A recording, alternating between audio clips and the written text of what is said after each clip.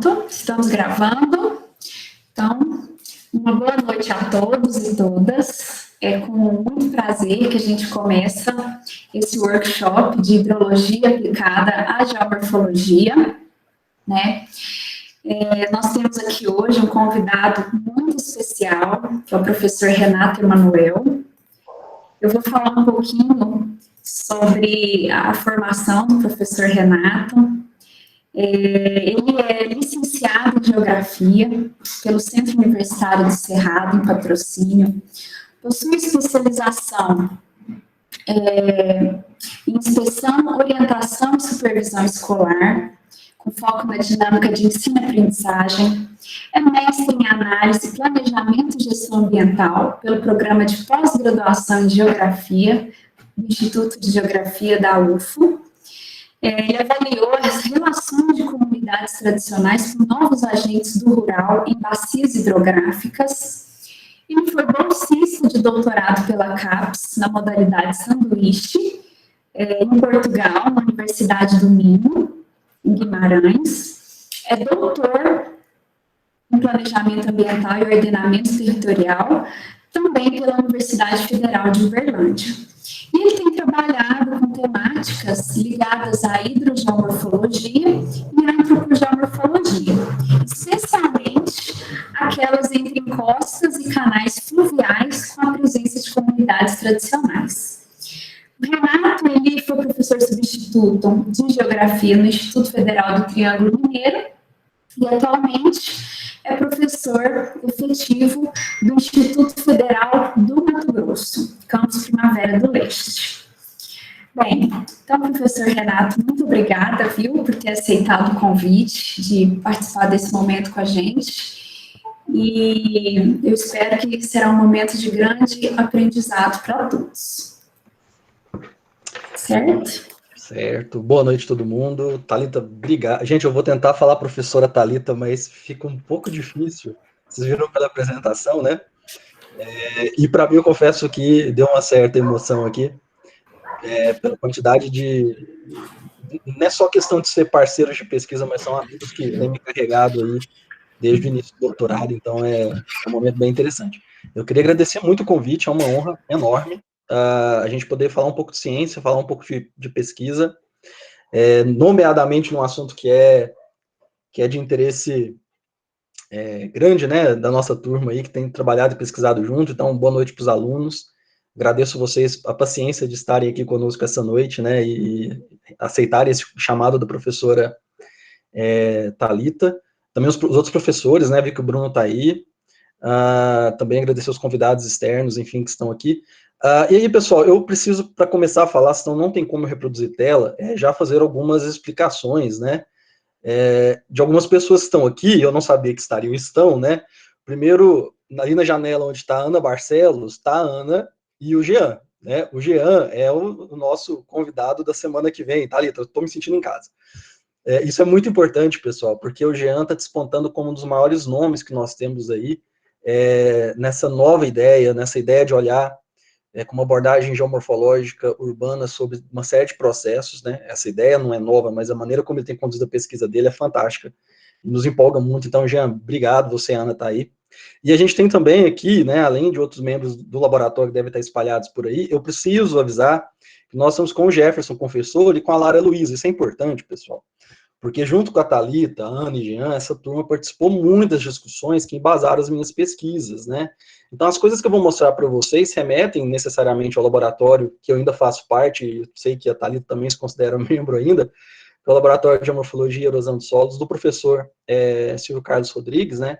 Que é orientador dessa turma toda, e tem sido uma pessoa que tem até hoje, né, aberto portas para todos nós e nos ajudado a desenvolver as nossas pesquisas.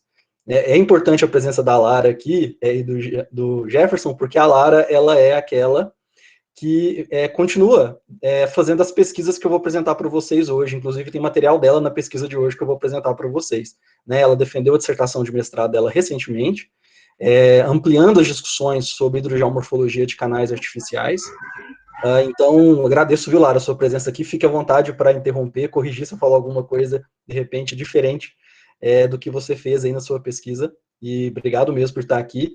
E da mesma forma, queria combinar com vocês isso, pessoal. Eu sei que é cansativo, essa dinâmica remota é cansativa, eu dou mais ou menos aí umas 30 horas por semana disso aqui, né, ficar sentado aqui, na frente do computador, mas ela se torna menos cansativa quando a gente se permite justamente participar. Fica à vontade para escrever alguma coisa no chat, eu não consigo ver, mas a Thalita, ela pode ver, interromper, eu volto aqui para a tela a qualquer momento.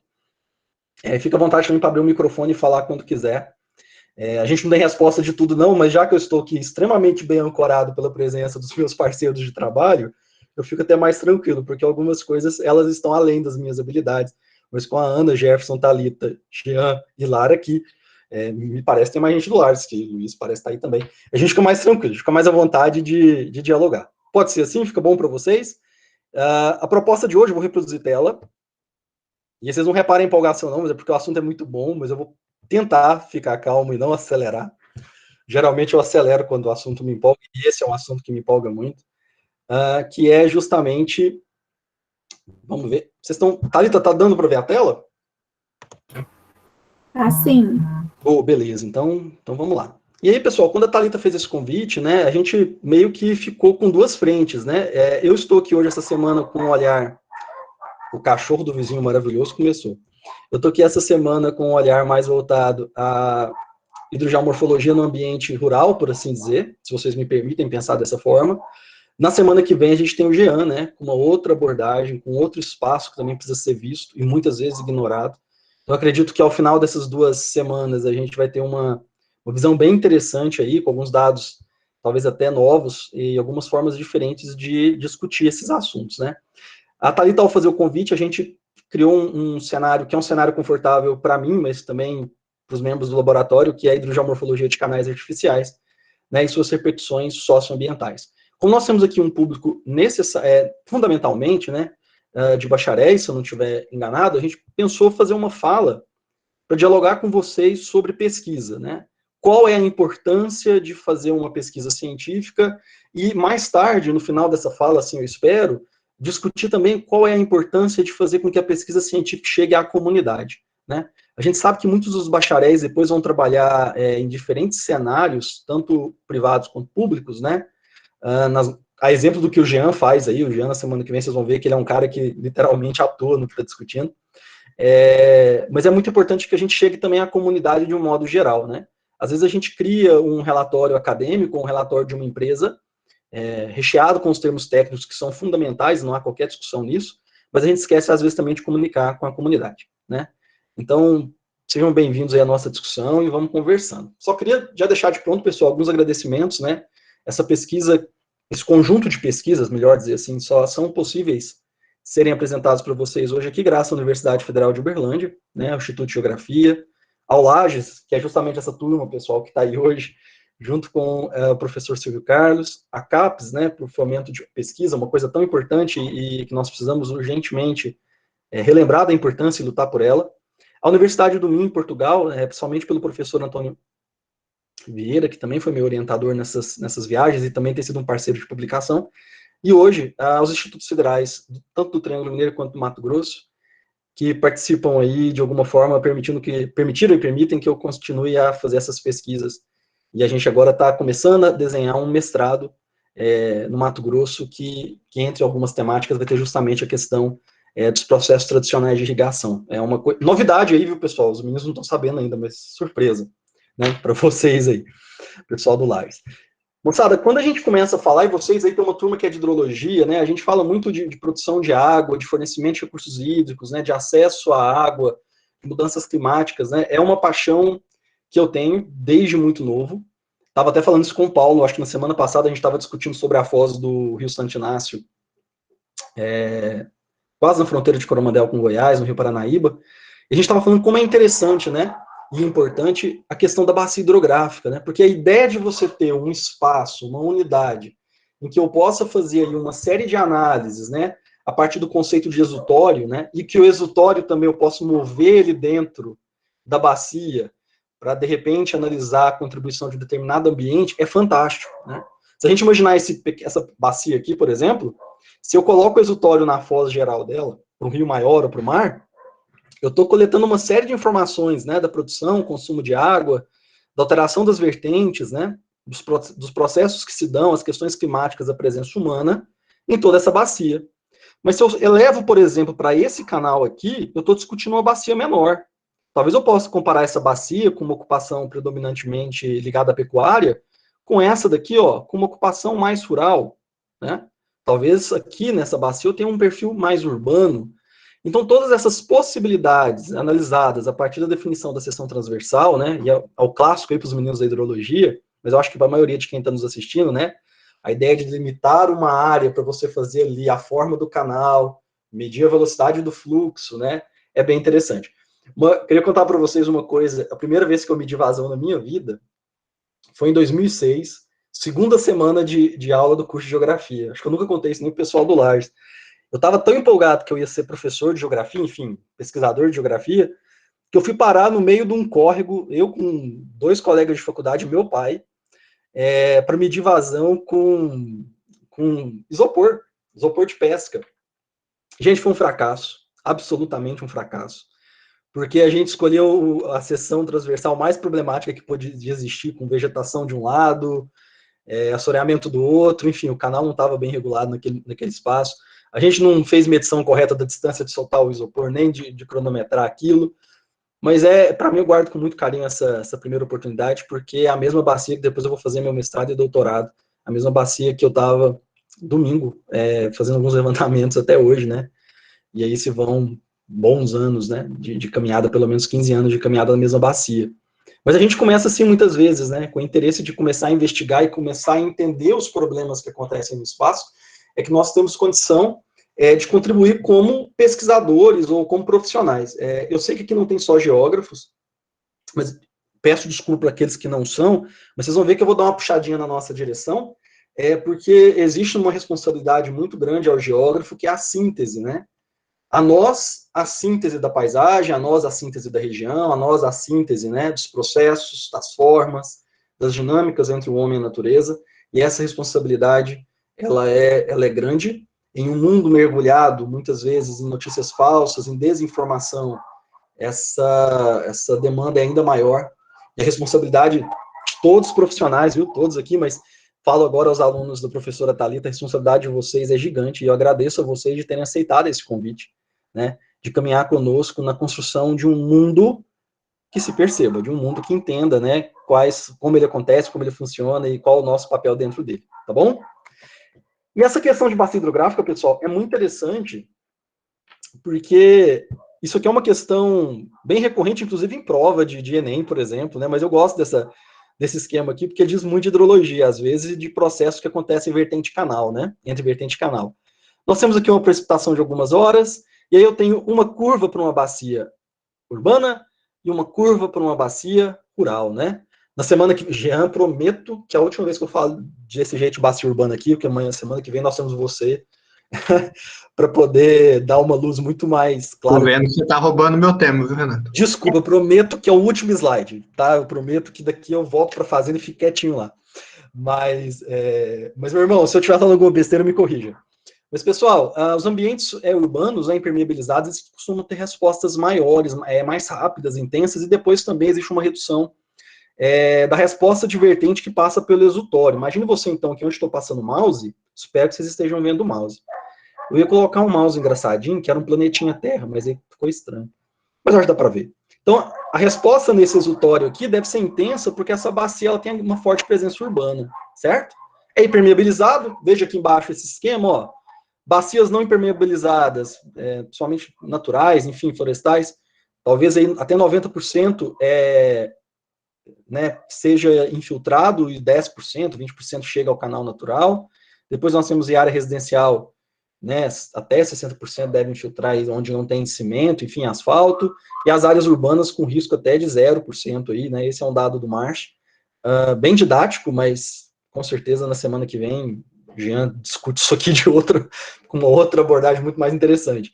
Mas por que isso é importante, pessoal? Nas bacias não urbanas, demora mais, né, para a gotícula passar pela folha, o tronco, a vegetação, a curva de nível, a estrada de terra, o desvio, enfim, a dinâmica de uma bacia rural ela é muito mais demorada, e eu tendo a ter uma série de respostas que são mais lentas do que na bacia urbana. Isso é importante, e eu preciso que vocês guardem esse dado por enquanto. Talvez o dado mais importante para hoje é que bacias hipermeabilizadas, elas tendem a ter respostas rápidas de picos de vazão, mas que são vazões máximas, mas talvez lá na estação seca, pensando aqui agora no contexto, por exemplo, de cerrado, clima tropical, estação chuvosa e outra seca, que talvez lá na estação seca, pessoal, nós tenhamos vazões mínimas. Sabe quando o córrego está com pouca água, o rio está com pouca água? Nós temos vazões mínimas muito mais baixas do que teríamos num outro cenário, né? As bacias não urbanas. Então, quanto mais preservada for a bacia, menores deveriam ser os picos de vazão. Claro, pessoal, do ponto de vista geomorfológico, estrutural, geológico, por assim dizer, a gente poderia fazer uma outra discussão em outra direção, até sobre a forma da vertente, a resposta no canal, né? Mas, e as vazões mínimas nessas bacias costumam ser maiores, né? Porque infiltrou mais água. Então, lá na estação seca, eu ainda estou liberando água nesse sistema numa quantidade razoavelmente maior, né? Eu espero que eu tenha sido claro aqui. Estou só revisando alguns conceitos para vocês entenderem a confusão que eu vou me meter em 2012 ao entrar no mestrado e discutir com vocês um pouco da pesquisa da proposta de hoje, tá bom? Outra coisa também que sempre me deixa meio assustado, assim, né, é como que as bacias hidrográficas são influenciadas por grandes obras ou grandes projetos de uso e ocupação, projetos esses criados, né, para dobrar a natureza às necessidades humanas, e nós sabemos que com um planeta tão lotado como está, né, tão pressionado como está, cada vez as obras são mais complexas, né, e veja aqui um exemplo, nós temos aqui a vazão do rio, de um rio na UHE de Xingó. Por que isso aqui é importante, pessoal? Porque você veja que antes da construção do barramento, né, eu tinha uma variação muito intensa nos picos de vazão, ou seja, naquele ponto de medição, o rio estava sempre respondendo à dinâmica, né, climato-hidrológica. Mas a partir do momento que eu crio uma estrutura de regularização de vazão, eu passo a controlar essa dinâmica, né? E esse controle, ele não só significa uma alteração pela formação do lago a montante, lembra montante, né? Na direção do monte, da nascente, como também na direção da foz, né? A jusante, alterando todo o sistema e, por isso, fazendo mudanças que são naturais, são ambientais, enfim, mas que são também sociais. Quando você visita aí comunidades atingidas por barragem, ou ribeirinhos que estão a jusante dela, você vai ver que os impactos são severos, né? Muitas vezes ignorados, porque você pega lá um plano de mitigação, que são aqueles relatórios, né, de mitigação, eles dizem muito do que fazer e como fazer, e até são executados. Mas quando você entrevista uma família que está às margens disso, é um pouco diferente, né? Ter contato com a comunidade é importante por conta disso, né? E, mais uma vez, cabe a nós, comunidade acadêmica, né? Mesmo depois, na vida pública ou privada, continuar indo de encontro com a comunidade, né? É um papel importante nosso. Né? Irrigação também, super importante, a questão dos grandes pivôs, os grandes sistemas, né? De novo, estava conversando com o Paulo semana passada sobre essas barragens agora que aparecem nos topos, né? Eu estou apaixonado com essas aí dos interflúvios, porque são assinaturas topográficas bem interessantes. E a própria dinâmica urbana, de coleta, de lançamento de efluentes, a dinâmica industrial. Então, você tem esses grandes projetos.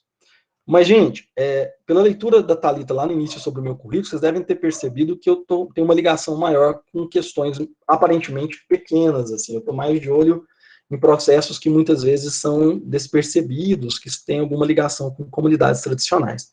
E é isso que vai acontecer, então, em 2014. Eu queria apresentar para vocês a bacia do Alto Curso do Rio Dourados, em Patrocínio, Minas Gerais. O pessoal de Catalão, ó, esse Rio Dourados, ele nasce aqui em Patrocínio, da onde eu estou falando hoje, inclusive, porque eu não estou no Mato Grosso, e ele vai em direção à Badia dos Dourados, que não é uma cidade mineira muito longe de vocês aí, me parece que Três Ranchos é uma cidade próxima a vocês, se eu não estiver falando besteira. Eu sou de Três Ranchos. Ó, tem alguém de Três Ranchos, ó, dá presente aí. Quem que é? Que falou? Felipe. Felipe, você sabe ali... bem-vindo, viu, meu irmão? O HE de embarcação que há de vocês, não é isso? Isso. É aqui do lado, do centro da cidade. Até onde está o lago dá o quê? Uns 150 metros, 200 metros? Nossa, meu irmão, bora bem, hein, pessoal? Inclusive, depois da pandemia, o Felipe está nos convidando, né, para visitar, para fazer uma atividade de campo. A professora Thalita, naturalmente, pode conduzir o processo, porque a gente tem um potencial interessante aí. Mas o Rio Dourados, o Felipe, ele está indo para a Baía dos Dourados e desemboca aí pertinho de você. É uma bacia de uso misto, né? Tem áreas urbanas, áreas rurais e áreas preservadas. E para mim era importante porque era a bacia em que fui criado, né? Aí o saudosismo sempre entra nessa hora, mas fui fazer pesquisa com eles. Qual que era a ideia da pesquisa do mestrado? O quanto de água essa bacia produzia numa série histórica com dados secundários, da ANA, né? Estudo de vazão, análise climática no mesmo período, e fechar a pesquisa mostrando se o uso e ocupação, a evolução do uso e ocupação poderia ter alguma influência sobre a vazão. Moçada, eu não sei vocês, mas os mais velhos entre nós aqui hoje, que já tem uma caminhada acadêmica mais longa, né? Thalita, Jean, Lara, Jefferson, Ana, Bruno, Luiz, estão a turma aí.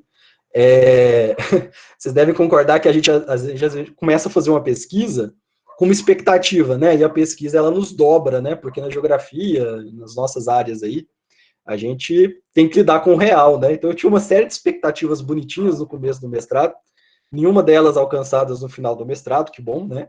Porque a gente passa a conhecer melhor a paisagem. E aí, gente, uma coisa que a gente esbarrou foi nesses dois gráficos aqui, que eu vou apresentar para vocês, vocês vão entender onde começa o meu problema. A linha é vazão máxima, ok?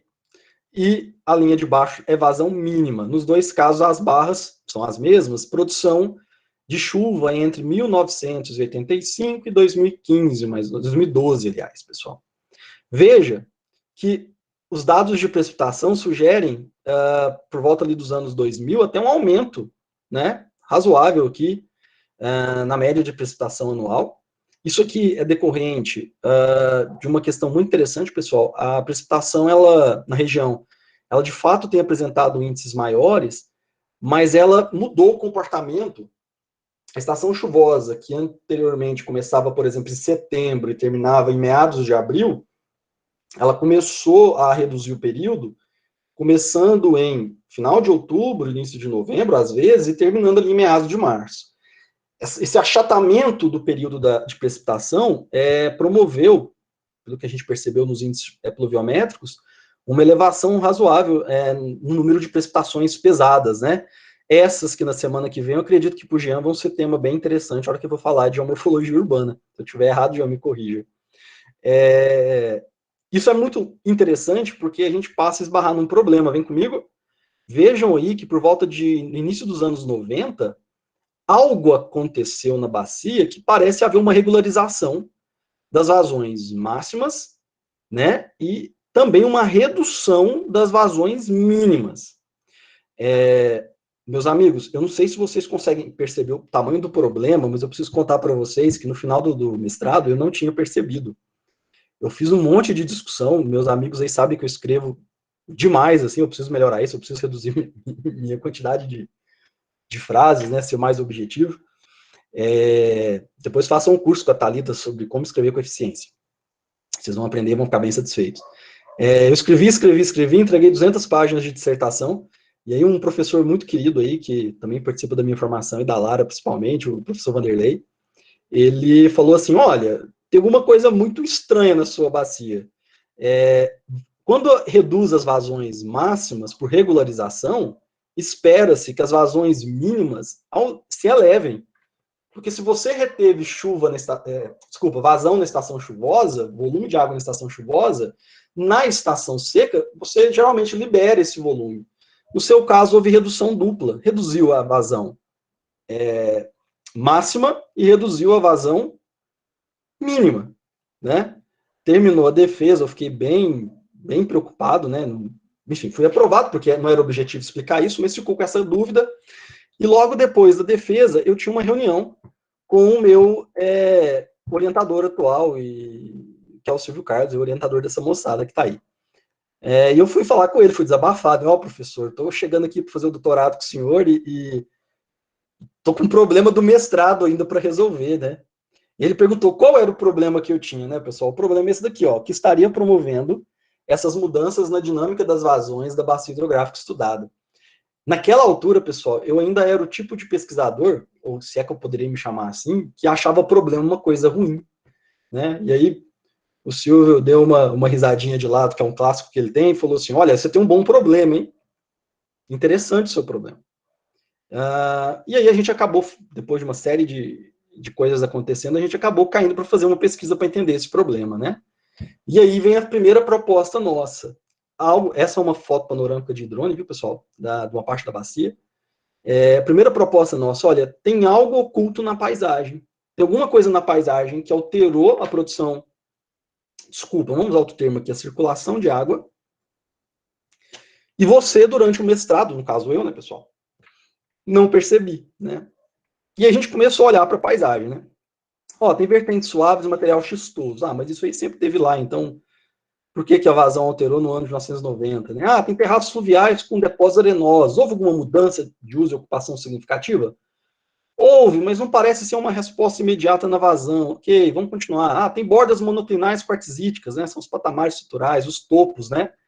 Da área das nascentes. Houve alguma mudança significativa de ocupação nessa área nos últimos 40 anos? Não, até que é uma área que sofreu, aliás, é a área que sofreu menos alteração na bacia.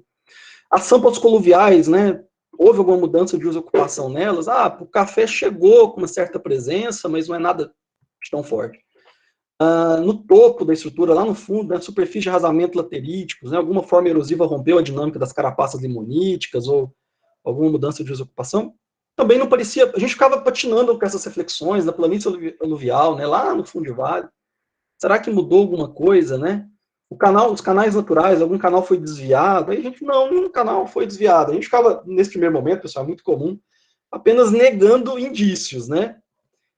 E aí apareceu uma coisa que a gente já conhecia na bacia, que eram os canais derivados, canais artificiais, né? Por que isso é importante, pessoal? A gente olhava para os canais artificiais e não dava a mínima importância para eles, né?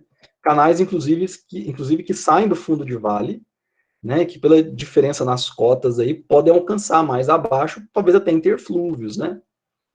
Mas eu ignorava esses canais porque eles tinham pelo menos 200 anos na paisagem, e o meu problema era recente, né? E aí, eu também, eu preciso confessar isso para vocês, eu achava que era um assunto inútil. Eu achava na minha cabeça que canais artificiais era uma coisa que todo mundo já tinha estudado, todo mundo já entendia como funcionava. Se alguém da turma da Thalita, ou alguém até de outro... vou até fazer Não, vou até parar a apresentação. Deixa eu olhar para vocês. Pelo menos para o chat. Alguém conhece o termo rego d'água? Vocês podem responder aí para mim no chat, por favor? Sim, não, e... Thiago. Thiago, você é da onde?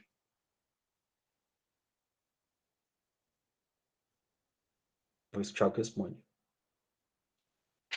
Tem mais alguém que conhece? O Thiago. Interior de Goiás. Ótimo, Thiago. Obrigado. Importante essa informação, hein? Carlos, você é de onde? O Carlos também conhece.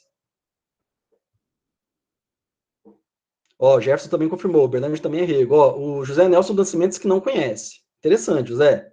Né? Para o pessoal de Goiás, Mato Grosso, né, Minas Gerais,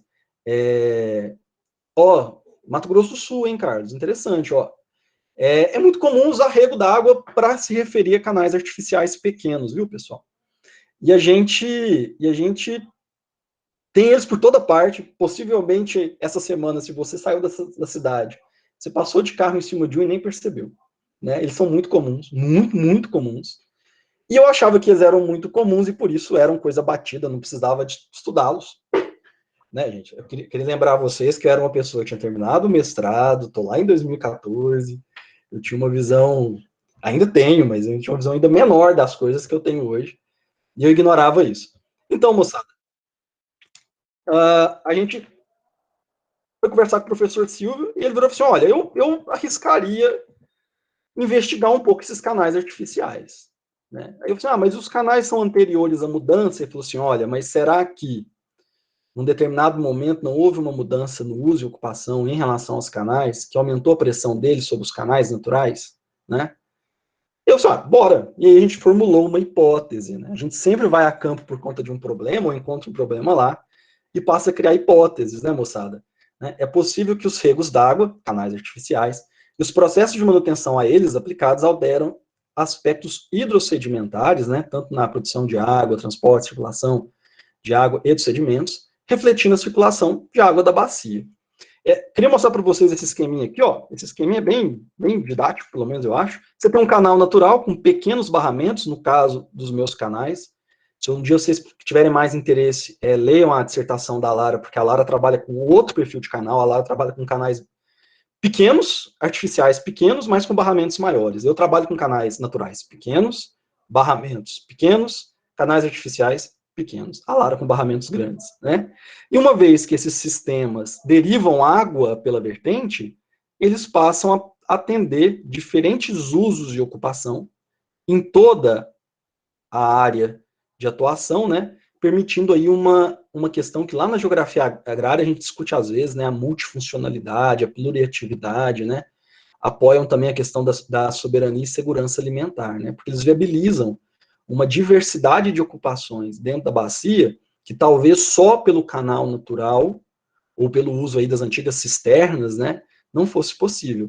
Então a gente esbarrava em questões como produção de alimento, dessedentação de animais, criação de peixe, de aves, né, enfim, uso da sede rural.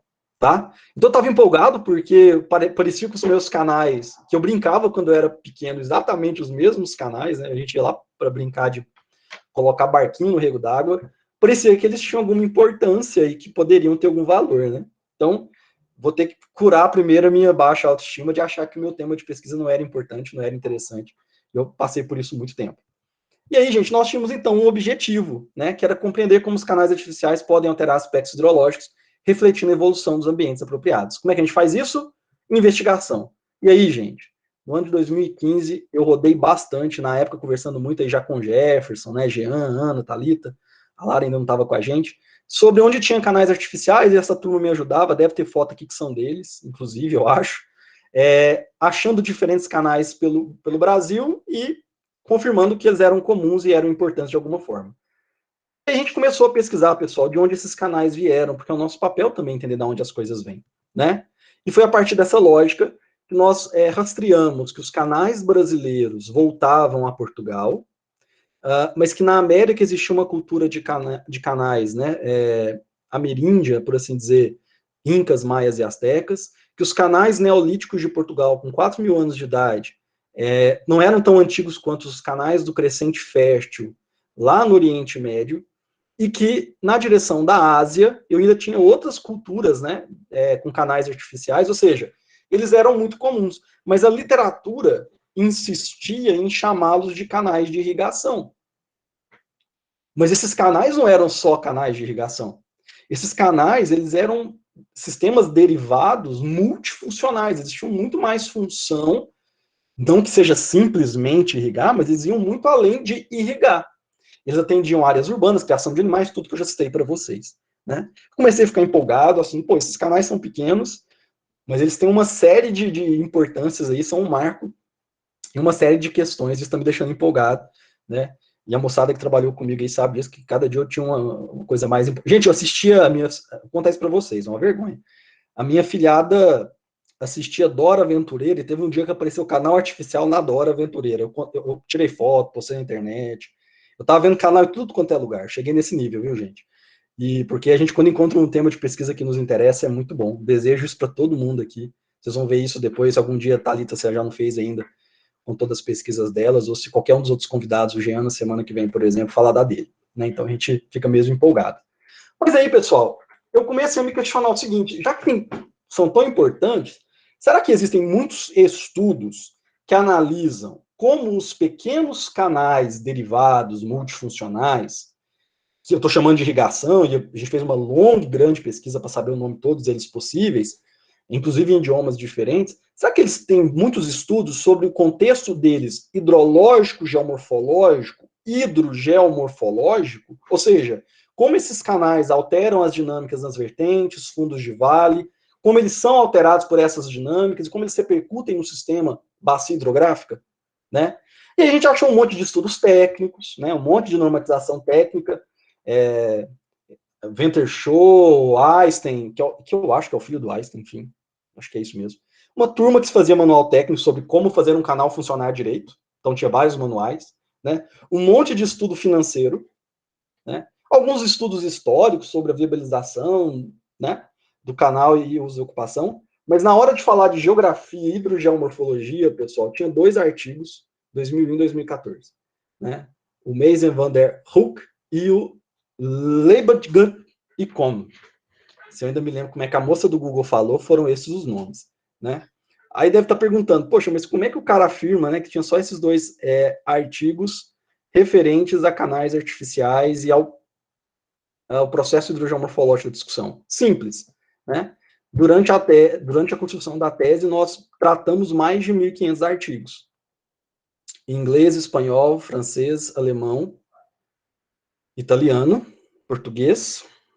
E com a ajuda da dona Mitui, a minha vizinha aqui do lado, 2 artigos em japonês. Isso foi necessário para a gente poder cercar todas as temáticas ligadas à hidrogeomorfologia e entender a própria proposta do que é hidrogeomorfologia, para aplicar ela na discussão sobre formas e processos, vertentes e canais, assinaturas topográficas, são as marcas que nós, seres humanos, deixamos na paisagem, conectividade entre topo, vertente, fundo de vale, conectividade, que é uma coisa tão importante para o Giana, semana que vem também, e artificialização das paisagens, né, pessoal? Em momento algum, a gente esbarrava, de fato, em trabalhos que estavam dispostos aí nos principais periódicos do mundo a discutir hidrogeomorfologia de canais artificiais. E uma coisa tão comum, tem canal artificial por toda parte, o impacto é gigante. Se vocês procurarem todas as dissertações e teses das instituições que nós estamos aqui hoje presentes reunidos, vocês vão ver que dificilmente alguma delas tratou, na área da hidrogeomorfologia, qualquer coisa que vá além de estradas, quando falo de canais artificiais e outros elementos. Existe uma turma muito boa no Paraná, Guarapuava, né? Nós temos amigos lá, que trabalham, por exemplo, com cacimbas, retenção de fluxo, estrada, conectividade, ponte, mas canal artificial era muito pouco. Fiquei um pouco angustiado? Até que fiquei. Resultado, não se preocupe, não vai dar para ver o nome dos autores mesmo.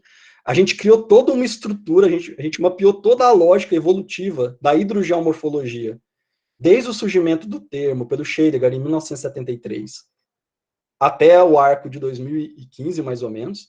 Mapeamos todas as discussões, que era hidrogeomorfologia de áreas geladas, com ação humana, vertente, bacia, canais, zona ripária, incêndio, enfim, área urbana. Nós discutimos tudo isso e realmente não localizamos. Quando chegava no canal, dificilmente citava canal artificial, até citava canal artificializado, que é um natural alterado, mas não artificial. E a gente seguiu, então, usando o conhecimento dessa turma toda, como usar a hidrogeomorfologia, né? E a gente começou a desenvolver uma metodologia, né? Então, tem uma contribuição de todo mundo aí, né? O Jean, por exemplo, que me ensinou a fazer vazão com micromolinete. Obrigado, viu, Jean? Thalita na parte de mapeamento, Jefferson com metodologia de campo, enfim, essa turma aí. A Ana também com as discussões, né? A gente chegava no Lages mais cedo para ficar conversando sobre pesquisa. Dia de segunda-feira, a Ana deve lembrar disso, era muito bom. E a gente rendia as pesquisas dessa forma. E a gente propôs o seguinte, vamos pegar então contribuições clássicas, né, bem estabelecidas, de geografia, geomorfologia, o homem com a geomorfologia, né, antropogeomorfologia, hidrogeomorfologia. Vamos montar um referencial, né, nos cercando aí do que é metodologia, do que é processo, do que é impacto que acontece, possivelmente no canal artificial. Vamos fazer métodos e procedimentos para atender esses canais, né? Vamos aplicar numa área de estudo de caso e mais tarde em áreas de comparação. Espero que vocês gostem quando a gente chegar aqui. E vamos fazer uns resultados aí, através da nossa pesquisa, que permita contribuir justamente com os aspectos da geografia, geomorfologia, antropogeomorfologia, hidrogeomorfologia e planejamento ambiental, né? Então essa era a proposta e a gente se lançou ao desafio, né? Não foi fácil, viu, pessoal? Isso aqui sou eu fazendo medição de altura de dique marginal. A gente criou um equipamento bem rústico para tentar entender o quanto que as laterais dos canais artificiais recebiam, durante a limpeza, o material que era jogado de fora era depositado. Muita medição de vazão dentro do canal. Pelo menos durante 5 dias seguidos, em janeiro de 2016, medição de vazão em canal natural e artificial, debaixo de chuva, de muita chuva. Foi uma experiência mais incrível que eu vivi até hoje. Muito trabalho dia de domingo em laboratório, porque eu ficava a semana toda na minha cidade, e domingo eu ia para o laboratório, chegava às 5h30 da manhã, ficava até 10h30. Os estagiários ajudavam muito nessa época lá, o Matheus, o Vinícius, né? E a gente começou a desenhar, né, os esquemas, a mapear essas formas, a fazer algumas propostas de como a intervenção acontecia e lançar gráficos para entender essa dinâmica da paisagem. Ok? Tranquilo? E aí, gente, a gente começou a fazer uma composição da paisagem e as influências antropogênicas nela, né, de origem humana, no caso, né? Aqui está um recorte da bacia, então, a bacia de uso rural, tá bom? Nós tínhamos 3 ambientes bem marcados, assim. Um ambiente de relevo mais acidentado, áreas de terraços fluviais e áreas aí já de planícies fluviais. Chama a atenção de vocês, pessoal, olhando a paisagem assim, acredito que vocês nem consigam perceber, né? Mas, por exemplo, ó, aqui na vegetação está um canal natural passando, ok? Agora, veja para vocês verem, isso aqui é um canal artificial passando, ó. A gente quase não percebe. Aqui é outro, ó. A gente também quase não percebe, né? No fundo aqui vai ter mais, a gente tem dificuldade de notá-los, né? Aqui nesse esquema eu destaquei ele para vocês no meio das gramíneas. Mas veja que eles são muito pequenos, né? Tem canal que não tem 1 metro. De novo, a Lara consegue achar canais maiores nas pesquisas dela, tá?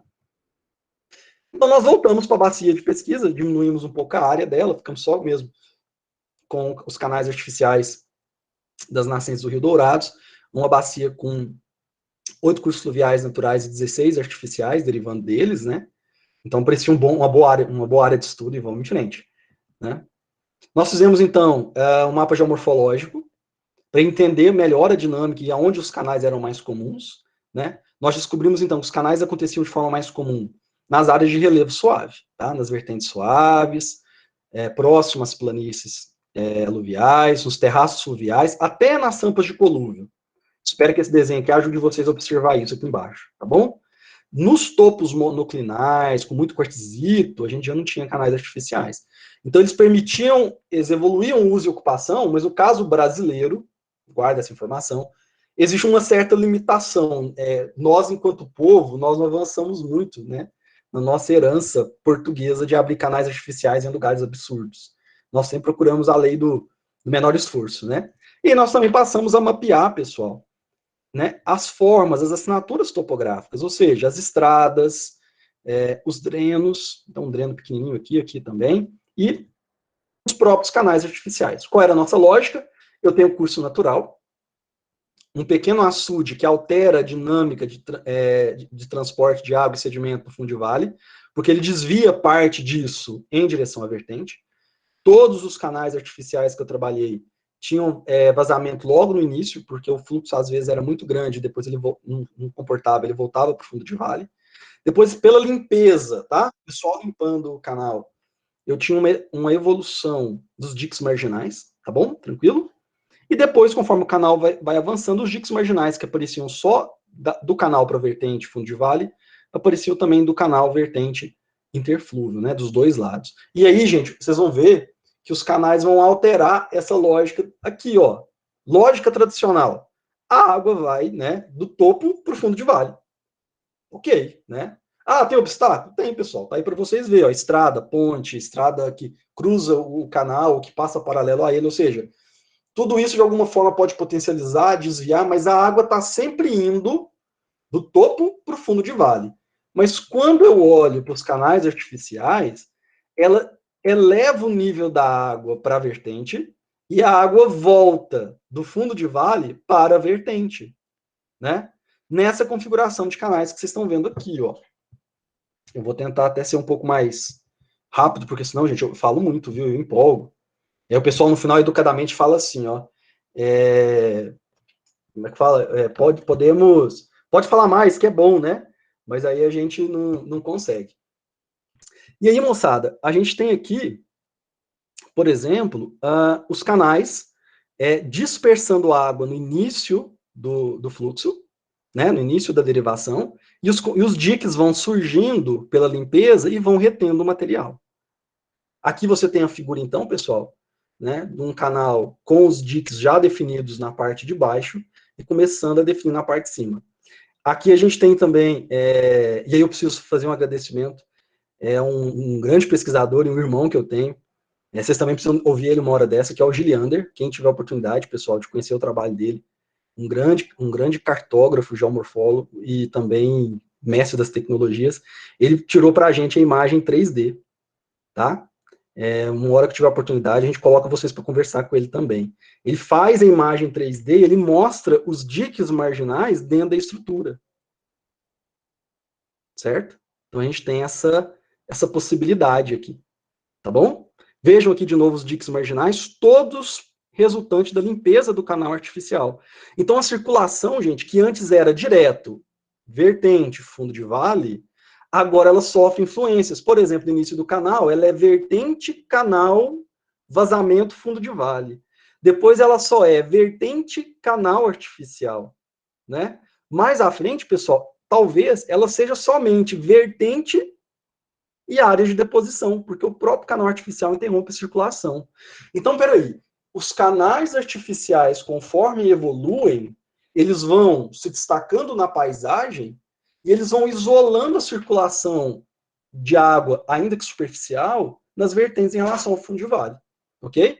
Isso tudo estava acontecendo. Gente, uma empolgação quando essas coisas começam a acontecer, você começa a ir para campo e perceber que as suas incertezas lá do começo de 2014 começam a fazer algum sentido, né? Que você tem condição de contribuir, né?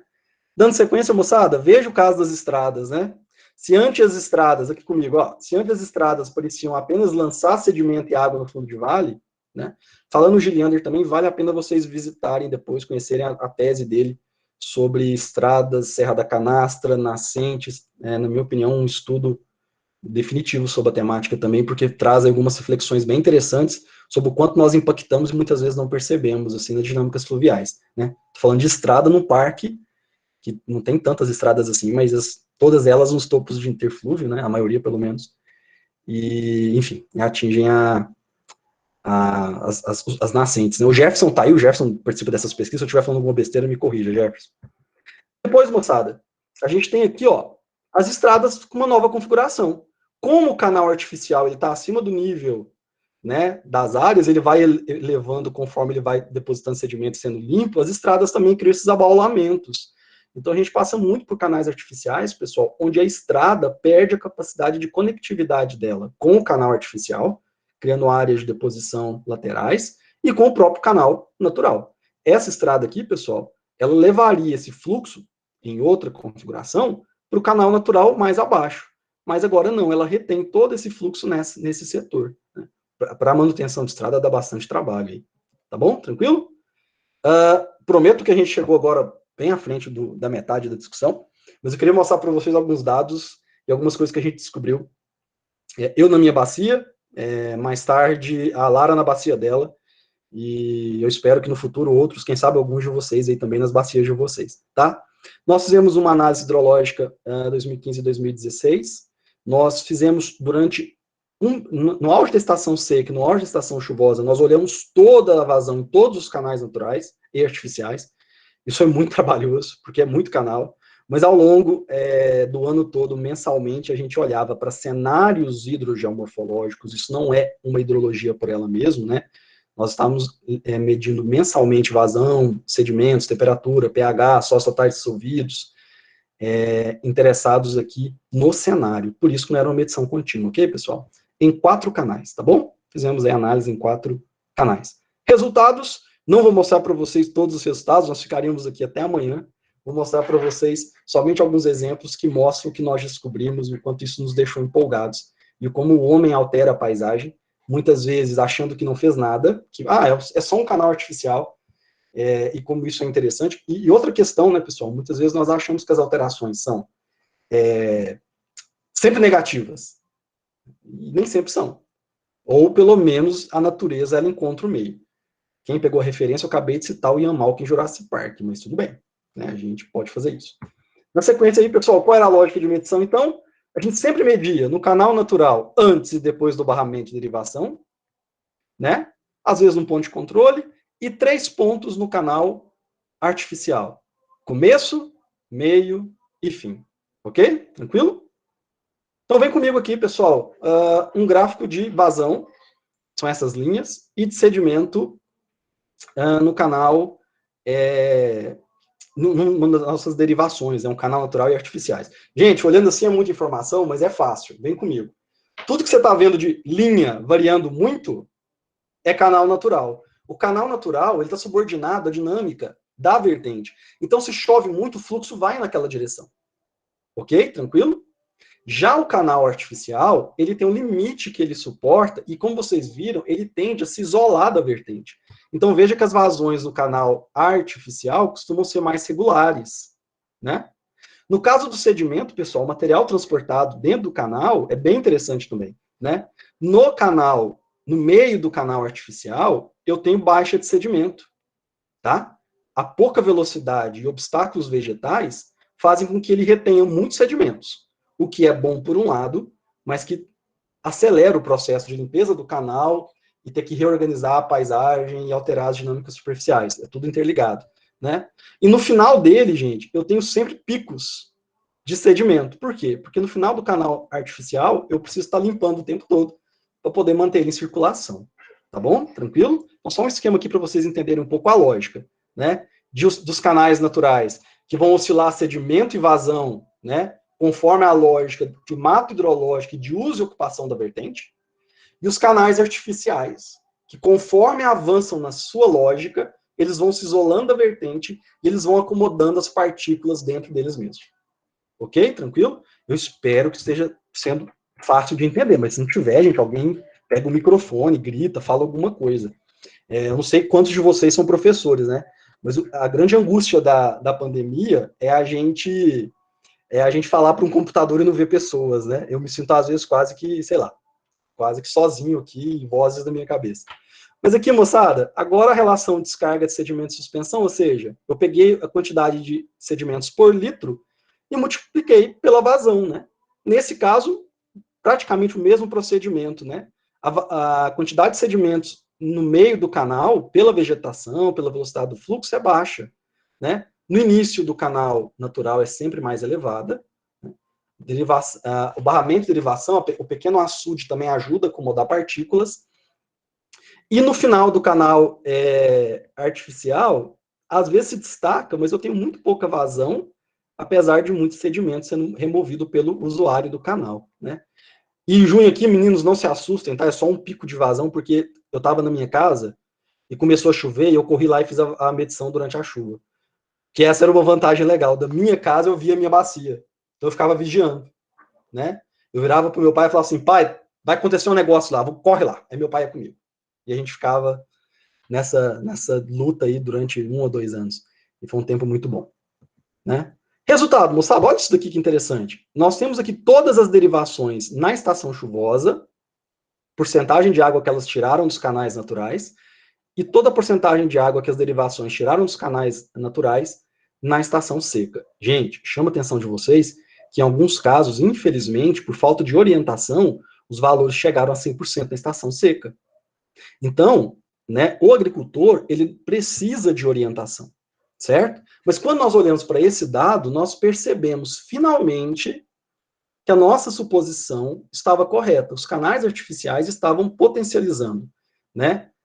Durante a estação chuvosa, o corte da vertente impedia os picos de vazão, e eles captavam água, e durante a estação seca, os agricultores, abrindo os canais um pouco mais, também reduziam a vazão mínima. Então, finalmente, nós chegamos a uma resposta. Isso é importante, pessoal, por conta daquela nossa discussão lá no início. E é importante por conta de um registro que foi a Lara que fez, não fui eu. Veja o registro aí da Lara em 2021 e do Jefferson. 2021 me refiro à dissertação dela, o registro anterior, né? Na minha bacia aconteceu isso muito, tem acontecido por toda parte. Nos anos 90, e aí eu tenho uma publicação disso, curiosamente, também com o professor Giliander, nós fizemos no ENGA de 2012, eu acho. Nós mostramos que a bacia em questão, ela tinha uma ocupação rural tradicional, e que ela muda bruscamente na transição dos anos 80 para os anos 90 para um novo rural, por assim dizer. Espero não estar usando o termo novo rural aqui de forma leviana.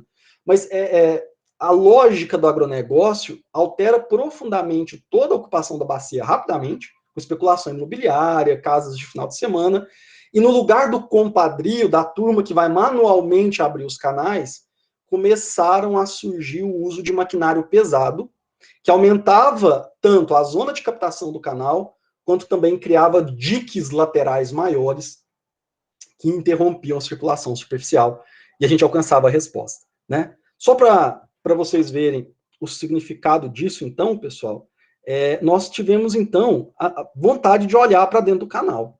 E quando nós olhamos para dentro do canal, nós ficamos encantados com uma questão, que é a presença da vegetação dentro do canal artificial, né? Ou seja, por que o pessoal estava usando maquinário pesado para limpar o canal? Qual era a lógica de uso do canal artificial para esse novo rural? Era a mesma lógica antiga, tradicional. O canal que fornece água à sede rural e às suas necessidades. Mas agora eles querem ser mais velozes, né? E aí nós percebemos um padrão fantástico. Na estação seca, ok? Eu não tenho chuva rotineiramente, né? Então eu poderia deixar o canal limpo, com pouca água, sem concorrência da vegetação.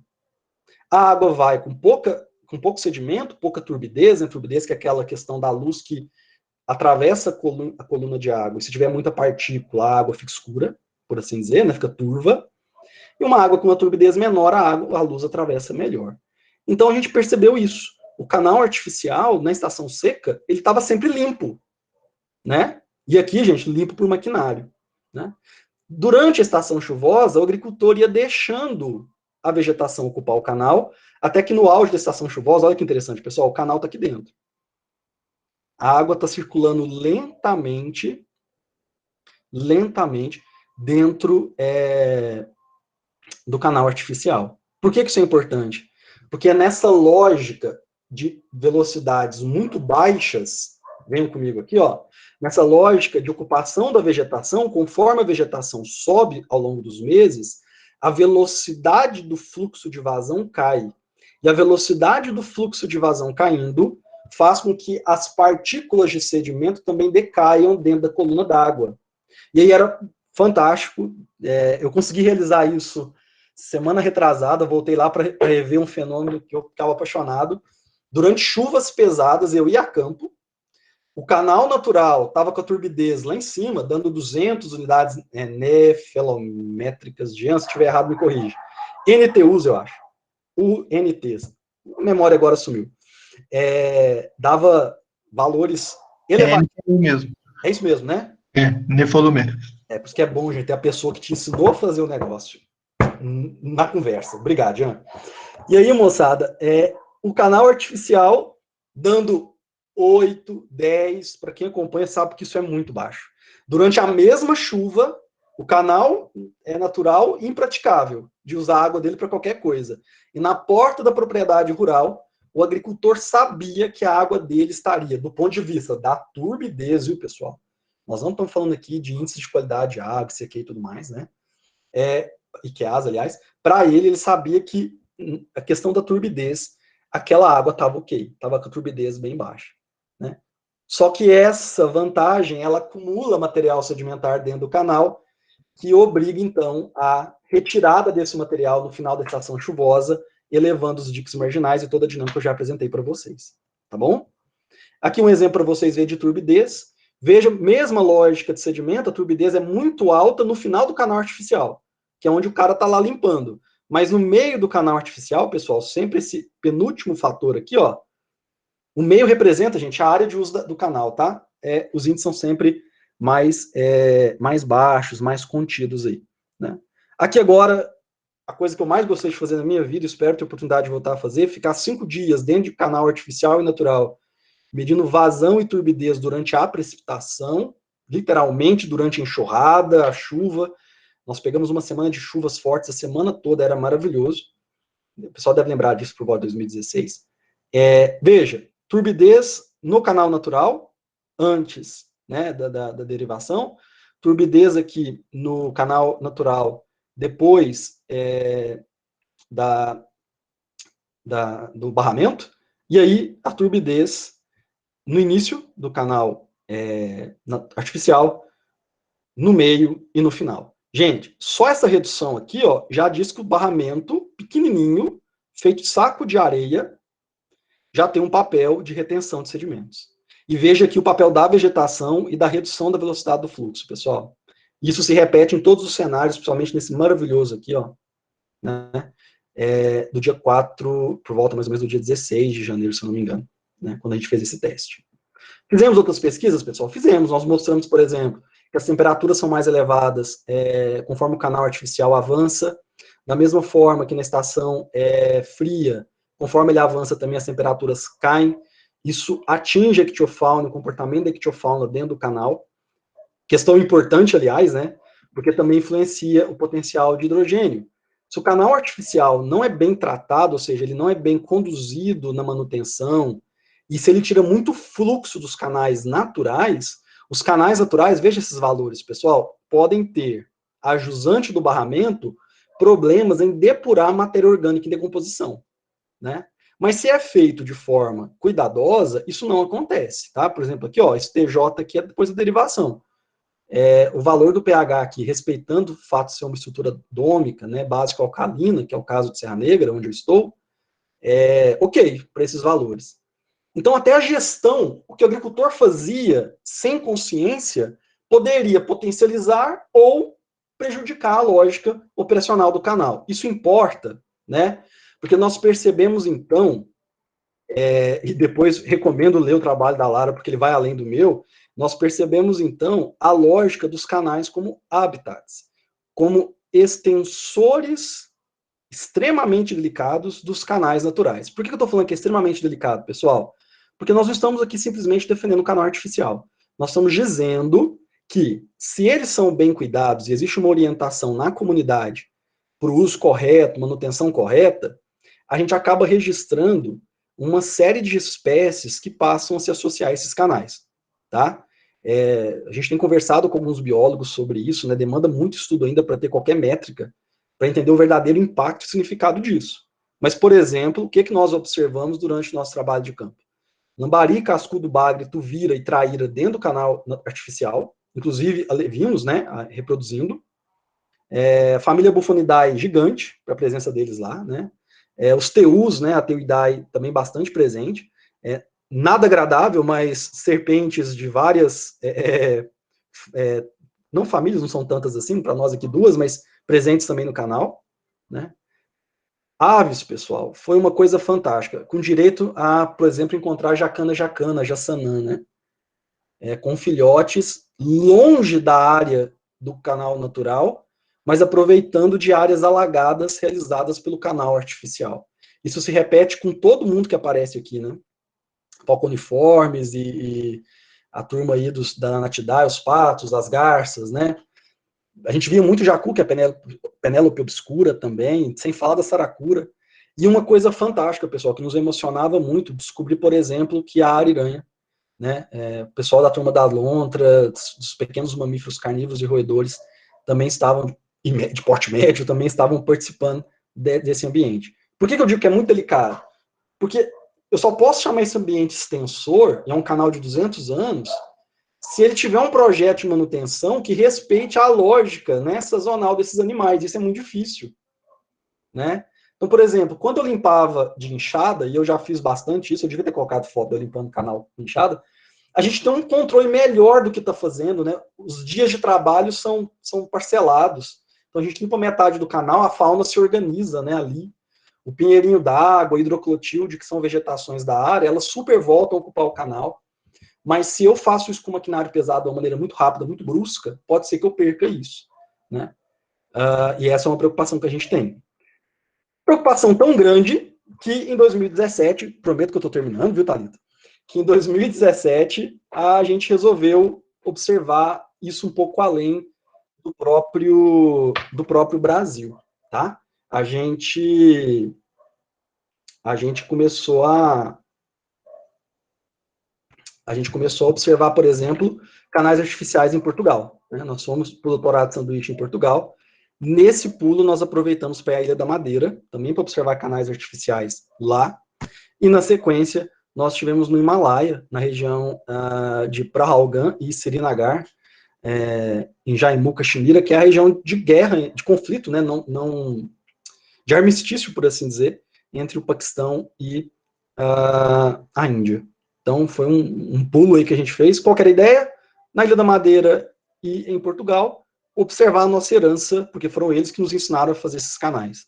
E no caso da Caxemira, era a oportunidade que a gente tinha de aproveitar um evento, que a gente fomos lá, para poder ver uma outra configuração cultural desses canais.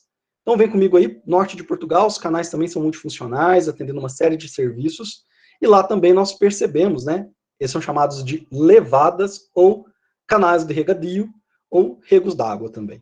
Né? Nós percebemos a mesma ideia de cortes na vertente, inclusive com uma coragem muito maior, né, do que uma capacidade de romper rocha aí para poder abrir canal artificial em relevo acidentado, bem além da nossa aqui, né? E os mesmos processos de deposição, mesmo que os canais são, na maioria das vezes, com placas de rocha ou cimentados, tá? Na Ilha da Madeira, pessoal, bem interessante, chama a atenção de vocês, o norte é muito chuvoso, mas o sul, que permite a ocupação humana melhor, é seco, né? Em vista, ele tem menos precipitação. Para piorar a situação, os canais fluviais estão mais orientados ao norte. Resultado, criar uma série de levadas que levam água do norte chuvoso e com mais canais, as ribeiras, para o sul, onde está a maior parte da ocupação humana, né? Tá aí um exemplo de levadas numa grande altitude aí, né? Uma visita bem interessante, uma oportunidade incrível. Nós fizemos alguns registros bem consideráveis. Eu só não vou dizer de todos os registros agora, porque tá para sair artigo e tomei sob embargo aí do professor Antônio. Os mesmos cortes nas vertentes. E aqui, gente, o intricado sistema de coleta de água. Como chove muito, o tempo todo, às vezes, eles vão coletando as pequenas fontes das vertentes, reunindo em pequenas linhas d'água, até chegar finalmente nos canais artificiais. Ok? Depois nós fomos, então, na Caxemira, onde a água do degelo que alimenta os canais fluviais é posteriormente desviada para esses canais maiores, tá? E na sequência, esses canais maiores vão distribuindo a água, não sei se vocês conseguem ver, entre as vilas. Gente, eu peço desculpa a qualidade das fotos aqui, é porque tinha um lugar que não podia parar por questão militar, sabe? Então eu tirava foto literalmente da janela, então, mas dá para ver aqui, ó, o canal artificial aqui, ó, redistribuindo água entre as vilas, tá vendo? Até finalmente chegar nas áreas da planície de Srinagar, onde a grande quantidade de sedimento vai sendo depositada, olha a nossa lógica de novo, né? Ajudando na fertilização desses campos, dessas planícies, né? Veja aqui, gente, como que o canal artificial foi posteriormente construído em cima dos depósitos, como ele continua a aumentar os depósitos. Tudo isso veio do Himalaia. Né? Então, em 2017, nós tivemos a condição de certificar que aquilo que nós observamos no Brasil, enquanto relação forma-processo, hidrogeomorfologia, acontecia também em outros lugares. Acontecia em Portugal, na Caxemira, na Ilha da Madeira. A gente acabou também visitando, verdade seja dita, canais também na Espanha, né? Então, também teve alguma oportunidade. No norte da França, nós visitamos a região de Saint-Michel, lá também a gente viu alguns canais artificiais, mas muito mais com perfil de drenagem do que de transporte, condução de água, ou seja, é muito mais para retirar a água da Bretanha do que literalmente levar água. Eu acho uma diferença importante entre um canal que leva e um canal que drena, né, que retira. Como considerações finais, mas para a gente poder parar essa parte e conversar aí com vocês, nós temos o entendimento que as assinaturas topográficas humanas, elas são elementos artificiais ocultos na paisagem, mas é que algumas são menos ocultas. Todo mundo sabe de uma barragem grande, de uma curva de nível, de uma barragem média, de uma estrada, mas poucas pessoas sabem que é um canal artificial às vezes. Em 2017, eu acho, eu fiz teste. Thalita, não sei se foi 2016 ou 2017, quando eu te levei em campo, e eu te mostrava canais artificiais, te perguntava se era natural ou artificial, você deve lembrar disso, né? E eles pareciam muito. Lembra disso? Lembro que a gente foi ao campo e a gente passou por um canal, eu acho, que era natural, mas se confundia muito. Exatamente. Às vezes a gente está no campo, pessoal, passa em cima de um canal artificial, a pessoa nem vê que passou, né? Agora, você imagina isso, né? Na Ilha da Madeira, por exemplo, a lauricílvia, que é a vegetação da madeira, tampa os canais. Em Portugal, as vertentes são extremamente difíceis de ter acesso, você não os percebe muitas vezes, né? No Himalaia, às vezes a gente está andando em altitudes enormes, assim, preocupado se vai desabar uma montanha do seu lado ali, uma vertente, uma encosta, e passa do lado um canal, você nem percebe. E na planície de Srinagar, a gente notava que muitas vezes a gente confundia canal com dreno, a gente achava que estava drenando, não era, estava trazendo água do Himalaia, era água de degelo, né? Então, tudo isso, ignorado muitas vezes pela academia, por órgãos públicos, por iniciativa privada, ou pelos próprios agricultores que não entendem a importância do que eles têm na mão, né, altera a dinâmica hidrossedimentar e é ignorado, né? Às vezes isso não é atendido em projetos de mitigação de impacto, em sistemas de licenciamento de outorga d'água, né? Então isso tudo precisa ser melhorado. No estado de Minas Gerais, por exemplo, pessoal, o canal artificial, e Goiás também eu sei que sim, já deu uma olhada. Na verdade, gente, o Brasil todo, né? Vamos simplificar. Já que tem pessoas de outros lugares. Existe sim uma noção de canal aberto, tá? Artificial. É dito que existe e tudo mais. Mas como às vezes eles são muito despercebidos, tem agricultor que nem faz o processo de outorga. E é canal que nem sempre devolve o fluxo, né, para o canal natural. Então, tem que ser um uso consultivo aí.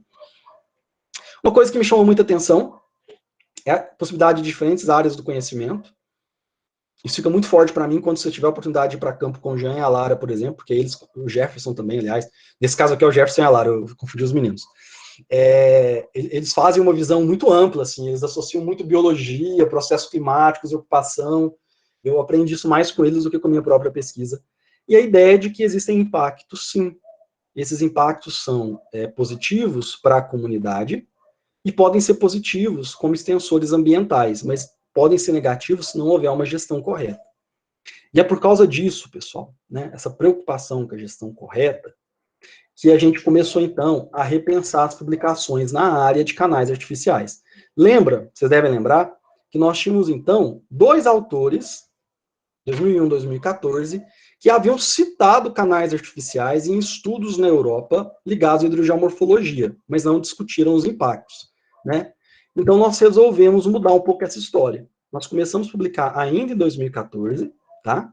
E começamos a multiplicar essas publicações em eventos, depois nós fomos para periódicos, nacionais e internacionais, anais desses eventos e capítulos de livro, a própria tese, né, de doutorado em 2018, início de 2018, literalmente, pessoal, um dia antes da tese da professora Thalita, um dia depois, aliás, da Thalita num dia ou no outro, e as publicações foram também distribuídas para além do Brasil, para tentar também aumentar a quantidade de idiomas, né, que tivessem acesso a essa discussão. Nós publicamos, então, tem publicação nos Estados Unidos, na Inglaterra, Espanha, Portugal, Brasil, está para sair agora uma na Argentina, e nós temos aí publicações também na Índia, por ocasião do evento que nós fomos na época, né? Então, a ideia era multiplicar, e a esperança era que alguém quisesse se interessar pelo estudo da questão e aprofundar essa discussão. E aí, esse ano, nós tivemos a grata, né, alegria de participar com a Lara, né, da dissertação dela, de participar da banca dela. A Lara defendeu um novo olhar sobre esses canais artificiais, já colocando muita coisa do que eu produzi em xeque. Isso é maravilhoso, isso é empolgante, porque a gente tinha uma visão muito limitada de primeiros passos, e a Lara veio e já fez mudanças conceituais, por exemplo, né, para mim, canal artificial multifuncional não podia ficar seco. A Lara mostrou que ficam, em alguns cenários pode ficar. A Lara também tem uma monografia sobre o assunto e também está começando a publicar sobre o tema. E a gente tem hoje 2 orientandos no Mato Grosso também que estão lidando com isso. E o nosso grupo lá que pretende iniciar os estudos nessa direção. Então a gente fica feliz de que o tema ele passa a ser percebido, né, pela comunidade. A gente recebe e-mails de pessoas procurando metodologia, querendo saber como a gente trabalha. Isso me deixa de verdade muito feliz, né? Porque eu entendo que a gente serve a comunidade. Aliás, se a gente serve a comunidade, nós então passamos a nos incluir nessa lógica aqui da hidrogeomorfologia, integrando a discussão entre vertente e canais dentro da hidrogeomorfologia, com a lógica dos canais artificiais, né? O Rodrigues aí é o professor Silvio Carlos, e o Silva aí hoje não sou só eu, é a Lara também, né? Já viramos um et al, como sempre somos lá no laboratório, né? Esse é um evento et al por conta disso, né? Então todo mundo junto aí, né? E a temática nossa, então, que era hidrogeomorfologia de canais artificiais e suas repercussões socioambientais, um tema acadêmico para ser encontrado por acadêmicos, se tornou Regos d'Água, a vida no campo e o meio ambiente, né? Isso aqui, pessoal, é uma proposta de fala que eu voltei na comunidade depois para fazer com eles, para reorientá-los. Uma das nossas vitórias, pessoal, que lá na região hoje voltou o sistema de compadrio para limpeza do canal artificial em alguns setores, e nós conseguimos superar o problema de canais artificiais secando os canais naturais. Bastou meia dúzia de reuniões com a comunidade, visitar aquelas pessoas que já tinham aberto suas porteiras para nos receber, que tinham sido carinhosos e cuidadosos conosco o tempo todo, prendendo o cachorro ou segurando, separando um touro que às vezes nos perseguia no campo, e era bem comum, né? Que estava sempre oferecendo que tinha um café, um pão de queijo, e um queijo, e como se a Minas Gerais era perfeito. E a gente acabou criando amizade com essas pessoas, e foi fantástico. Essas pessoas que iam lá no Rego d'Água com a gente, participaram de limpeza para a gente poder fazer registro, monitoraram chuva para a gente, sem qualquer interesse, só pela ajudar, né, o pesquisador, ficavam empolgados de receber um pesquisador. Isso era lindo, né, da gente estar aí, por exemplo, participando desse evento aí, ó, limpando um canal artificial aí, de camisetinha amarela aí, para poder ver as coisas acontecerem.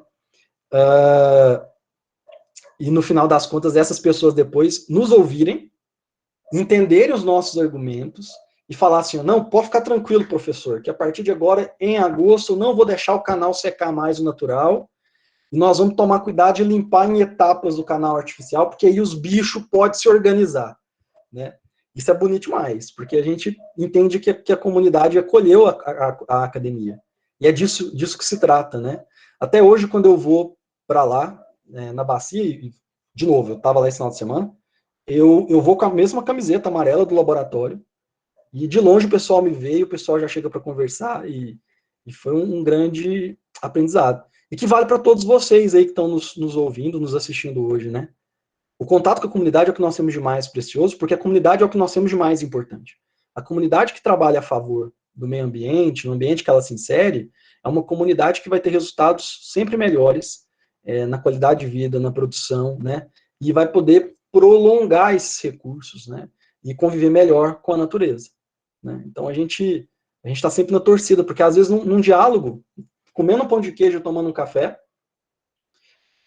vinha assunto sobre pesca, sobre caça, sobre preservação. Não, deixa aquela árvore ali é importante, né? Então a gente ia dialogando e as pessoas vão, de fato, construindo aí um novo cenário, né? Gente, de apresentação é até aqui. Eu agradeço a todo mundo que educadamente me ouviu por esse tempo enorme, né? Foi mais ou menos um pouco mais de 1h20 aí. E agora eu vou interromper a apresentação, e se alguém quiser conversar, comentar, né, eu estou aqui à disposição, lembrando que a Lara também está aí, pode me mandar pergunta para ela também, tem Jean, Ana, Jefferson, Thalita, enfim, não sei mais quem está aí agora, tem uma turma aí para a gente poder conversar. Bem... Falo muito rápido, né, mas... Não, foi ótimo, Renato. Nossa, muito obrigada pela sua apresentação. Eu acho que você conseguiu trazer uma problemática, né, que nós, enquanto geógrafos, e os meninos, enquanto estudantes, aí, aspirantes a geógrafos, né, outros aspirantes a professores também, é a importância de se compreender, né, esse papel de interlocutor. Então, nós temos que ter esse dever de levar o conhecimento à comunidade. E essa sua pesquisa, eu julguei muito importante trazer, né, para os meninos, e é um assunto interessantíssimo que as nossas vagas esgotaram a respeito disso, né, desse contato com a comunidade e da importância de se perceber a paisagem como um todo. Então, você tinha uma bacia hidrográfica e você percebeu essa bacia hidrográfica a partir do entendimento de que a bacia hidrográfica, ela é o hábitat, né, tanto de uma fauna natural, mas também do ser humano que está ali. Né? Então, os seres humanos ocupam essa bacia hidrográfica E ali naquela história na história da sua bacia, dos seus regos d'água, né, a gente vê que são séculos de ocupação. Então, são séculos de uso da água daquela bacia. Então, a gente enxerga o recurso hídrico, né, como uma necessidade, a atividade humana, a vivência, né, humana. E a gente percebe que ao longo desses 200 anos, a própria comunidade foi adquirindo conhecimento sobre aquela dinâmica, né? Então, eles sabiam quando limpar, eles tinham esse entendimento. Então, uma coisa que eu queria destacar também para o pessoal que está aí, né, aprendendo, estudando, é a gente considerar o conhecimento da população. Né? Então, nas nossas pesquisas, nos nossos trabalhos, é importante que se leve em consideração.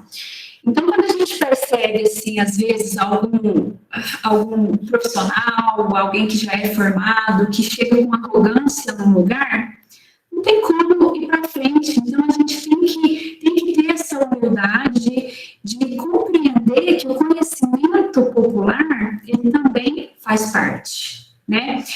Eu queria abrir, então, para perguntas.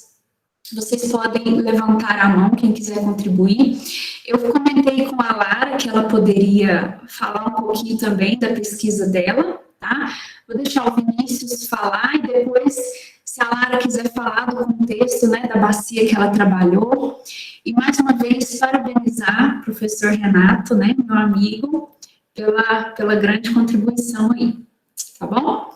Vinícius, pode falar. Muito obrigado. Parabéns, Renato. Sua fala foi muito enriquecedora, sem dúvidas. Né? Eu quero começar a falar pelo seu final, né? Quando você falou dessa, e que a professora Thalita também trouxe, quando falou dessa necessidade de buscarmos essa conexão com as sociedades tradicionais, né? Isso me remeteu, né? Eu fiz o doutorado na UF, né? Com a orientação da professora Sandra Batista, terminei em 2019. E isso me remeteu a uma das aulas do professor Carlos Walter, que ele falava: a gente precisa voltar a dialogar com os pescadores, a gente precisa voltar a dialogar com os agricultores, né, com os quilombolas. Mas sobre a sua fala, Renato, eu fiquei... Primeiro que já foi um tema que me interessou de cara, né, porque eu moro no interior do norte, no interior do Rio de Janeiro, eu moro no norte fluminense, em Campos dos Goytacazes. Em Campos dos Goytacazes, você conhece a nossa história, Renato? Por favor. Da alteração da nossa paisagem, né? Campos dos Goytacazes, nós tivemos toda a nossa dinâmica de águas alterada, né? Aí durante o regime militar.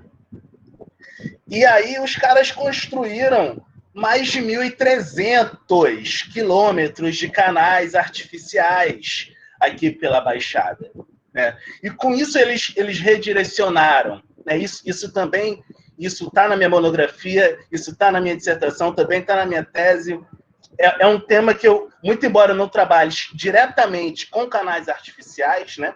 Hoje em dia eu estou orientando uma monografia sobre sobre um canal artificial, mas eu trabalho mais com inundações, com impactos de inundações sobre o uso da terra, especificamente. E aí os caras alteraram toda a dinâmica, né? E construíram um canal artificial de 13 quilômetros e com a uma vazão média de mais de 100 metros cúbicos por segundo. Aí os caras pensaram, bom, agora a gente resolveu o problema, né? Só que não, né? O foda foi o argumento. E aí é importante, de novo, a cintura crítica de conflito, né? A nossa maldade, né? A nossa malícia. o argumento para que eles construíssem os canais, né? Que era para acabar com as doenças de veiculação hídrica, quando na verdade era para drenar as lagoas e ampliar as áreas agricultáveis e de pecuária, né? Pecuária de corte. Então aqui nós temos duas situações aqui no baixo curso do Rio Paraíba do Sul. Na margem direita nós temos um sistema que drena para a Lagoa Feia e desce por um canal artificial, que é o canal da Flecha, que drena para o mar. Né? E na outra margem, na margem esquerda, nós temos um sistema de canais que drenam para a Lagoa do Campelo e desce por um outro canal artificial, que é o engenheiro Antônio Rezende, que também drena para o mar. E aí isso me remeteu a um ponto que você colocou, que é o ponto da conectividade. Né? E que é muito importante, porque quando você transforma função, estrutura, processo, trazer a conectividade desses corpos hídricos, né, é muito importante para a gente entender como que dá essa dinâmica hidrossedimentológica. E aí eu pergunto para você, durante a sua trajetória, você chegou porque eu vi que você pesquisou muito sobre fora e tal, e aí você mostrou ali umas fotos, né, com alguns trabalhos que você pesquisou no Brasil e tal. Se você der uma olhada aqui no Norte Fluminense também, porque aqui foi muito alterado por obras de engenharia, sacou? De acordo com o Lamego, talvez tenha sido o maior empreendimento do DNOS, né, do Departamento Nacional de Obras e Saneamento, no Brasil, durante a ditadura militar. Né? Eu creio. Vinícius, que alegria falar com você e que a sua contribuição é fantástica. É bom que alguém fala do assunto para a gente, porque, poxa, a gente está nesse caminho, né? E, de novo, o que você falou, ir de encontro com a comunidade.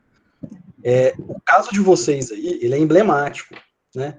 Tanto para mim, eu vou falar em nome da Lara também, nós sempre fomos na direção dos canais que estão levando água. Vocês aí estão num ambiente, para quem conhece o professor Henrique da Estadual de Minas Gerais, ele discute mais essa direção, que são os canais de drenagem, os canais que retiram. Mas só para a gente citar como é forte, é marcante o caso de vocês, aparecem muitos estudos, inclusive eu devo ter alguma coisa, a gente pode até trocar depois, eu posso te enviar, e você também, por favor, me envie, sobre os canais de vocês. Mas o que sempre me marcou muito, cara, é que quando a gente começa a estudar canais artificiais, a gente acaba caindo nos estudos do Robinson. Lá no final dos anos 80, a Lara deve lembrar disso, porque a gente não escapa dele, lá na Inglaterra, cara. E aí, velho, os estudos dele chegam a citar o Brasil. E é o caso de vocês que ele cita, porque você tem uma região ambientalmente extremamente delicada, então, extremamente frágil, e aí com essa ideia de viabilizar, né, a ocupação, dizendo aí que é uma questão até sanitária, você rasga todo um equilíbrio, né, e drena. É forte falar isso, mas nós drenamos o equilíbrio. Né? Você tem uma série de estudos, e aí, cara, realmente de hidrossedimentologia, porque os canais drenados, esses sim, pessoal, são alvos de estudos constantes, em qualquer lugar do mundo. E os canais que você tem aí, eles têm uma outra marca, não só a questão da quantidade, mas da escala. São canais, alguns, né, muito maiores, e me chama a atenção, eu não sei se é esse que você falou de 13 quilômetros, mas alguns, eles já apresentam historicamente problema, inclusive, com a retirada desse sedimento. A gente vê aí alguns casos de vocês, eu li algumas coisas a respeito, me corrija se eu estiver errado, de muitas obras de dragagem, né? Para o pessoal do Lages lembrar disso, nós tivemos um canal de Piuí, na região de Capitólio, um canal com a mesma configuração. Você tinha uma área úmida, que precisa ser preservada porque é berçário de fauna, ictiofauna, avifauna, enfim, da minha mesofauna, e ele foi todo recortado. E é o mesmo caso de vocês. Recortou-se para retirar a água, mas o sistema climato-hidrológico ele continua a alimentar essa lógica, né? Então eu faço a abertura, eu retiro a água, mas o sedimento ele vai se depositando, né? Então, por exemplo, num eventual cenário de abandono de manutenção de determinados nós por uma questão, por exemplo, financeira, e, gente, não é que o Giliander está aí? Olha só. Falei do cara na apresentação, o cara está aqui. E para você ter ideia, Renato, Oi. a última manutenção que teve no sistema foi em 2011. Nossa. Ô, Vinícius, vamos marcar uma visita depois da pandemia? Demorou. Vamos descer. Eu estou precisando de ir para a praia mesmo, nada contra, né? Você dá guarita, porque você tem aí uma discussão sobre drenagem que, na minha opinião, ela vai, da conclusão que a gente falou, ela vai em todas as direções, porque ela é na área da biologia, da engenharia, da geografia, da geologia, ela é da agronomia, ela é da arquitetura e urbanismo, porque ela é de ocupação também das faixas que foram ocupadas, né? Então, é fantástico. Mas é isso, eu tenho alguns estudos, mas olha para você ver, o que mais repercutiu é internacional. Tamanho aí na região de vocês, né? Mas espero que seja mais ou menos isso que você esperava de direcionamento, assim. Tamo junto, irmão.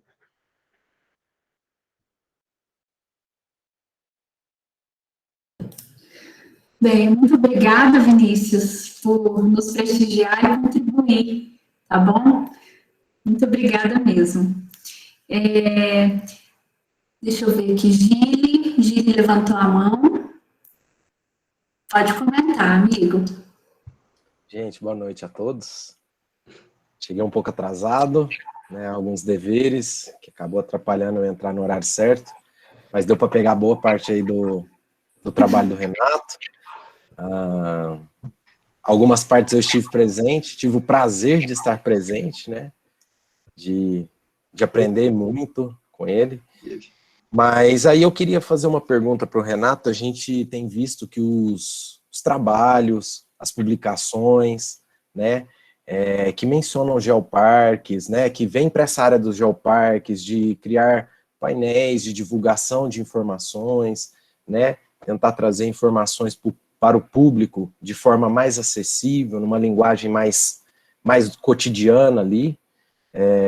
Isso me veio a pensar, e aí perguntar para o Renato se em alguma situação, se em algum momento, né, já que todos os grandes projetos começam assim, né, começa a vir aquele monte de informações e de coisas que surgem à nossa cabeça, de ideias, se ele em alguma situação pensou já em criar algumas placas informativas, algo que vá nesse sentido, né, porque pelo que foi falado, a familiaridade com o local, por ser praticamente onde ele nasceu e viveu, e a familiaridade com as pessoas que vivem no local, né, a população daquele local é muito grande.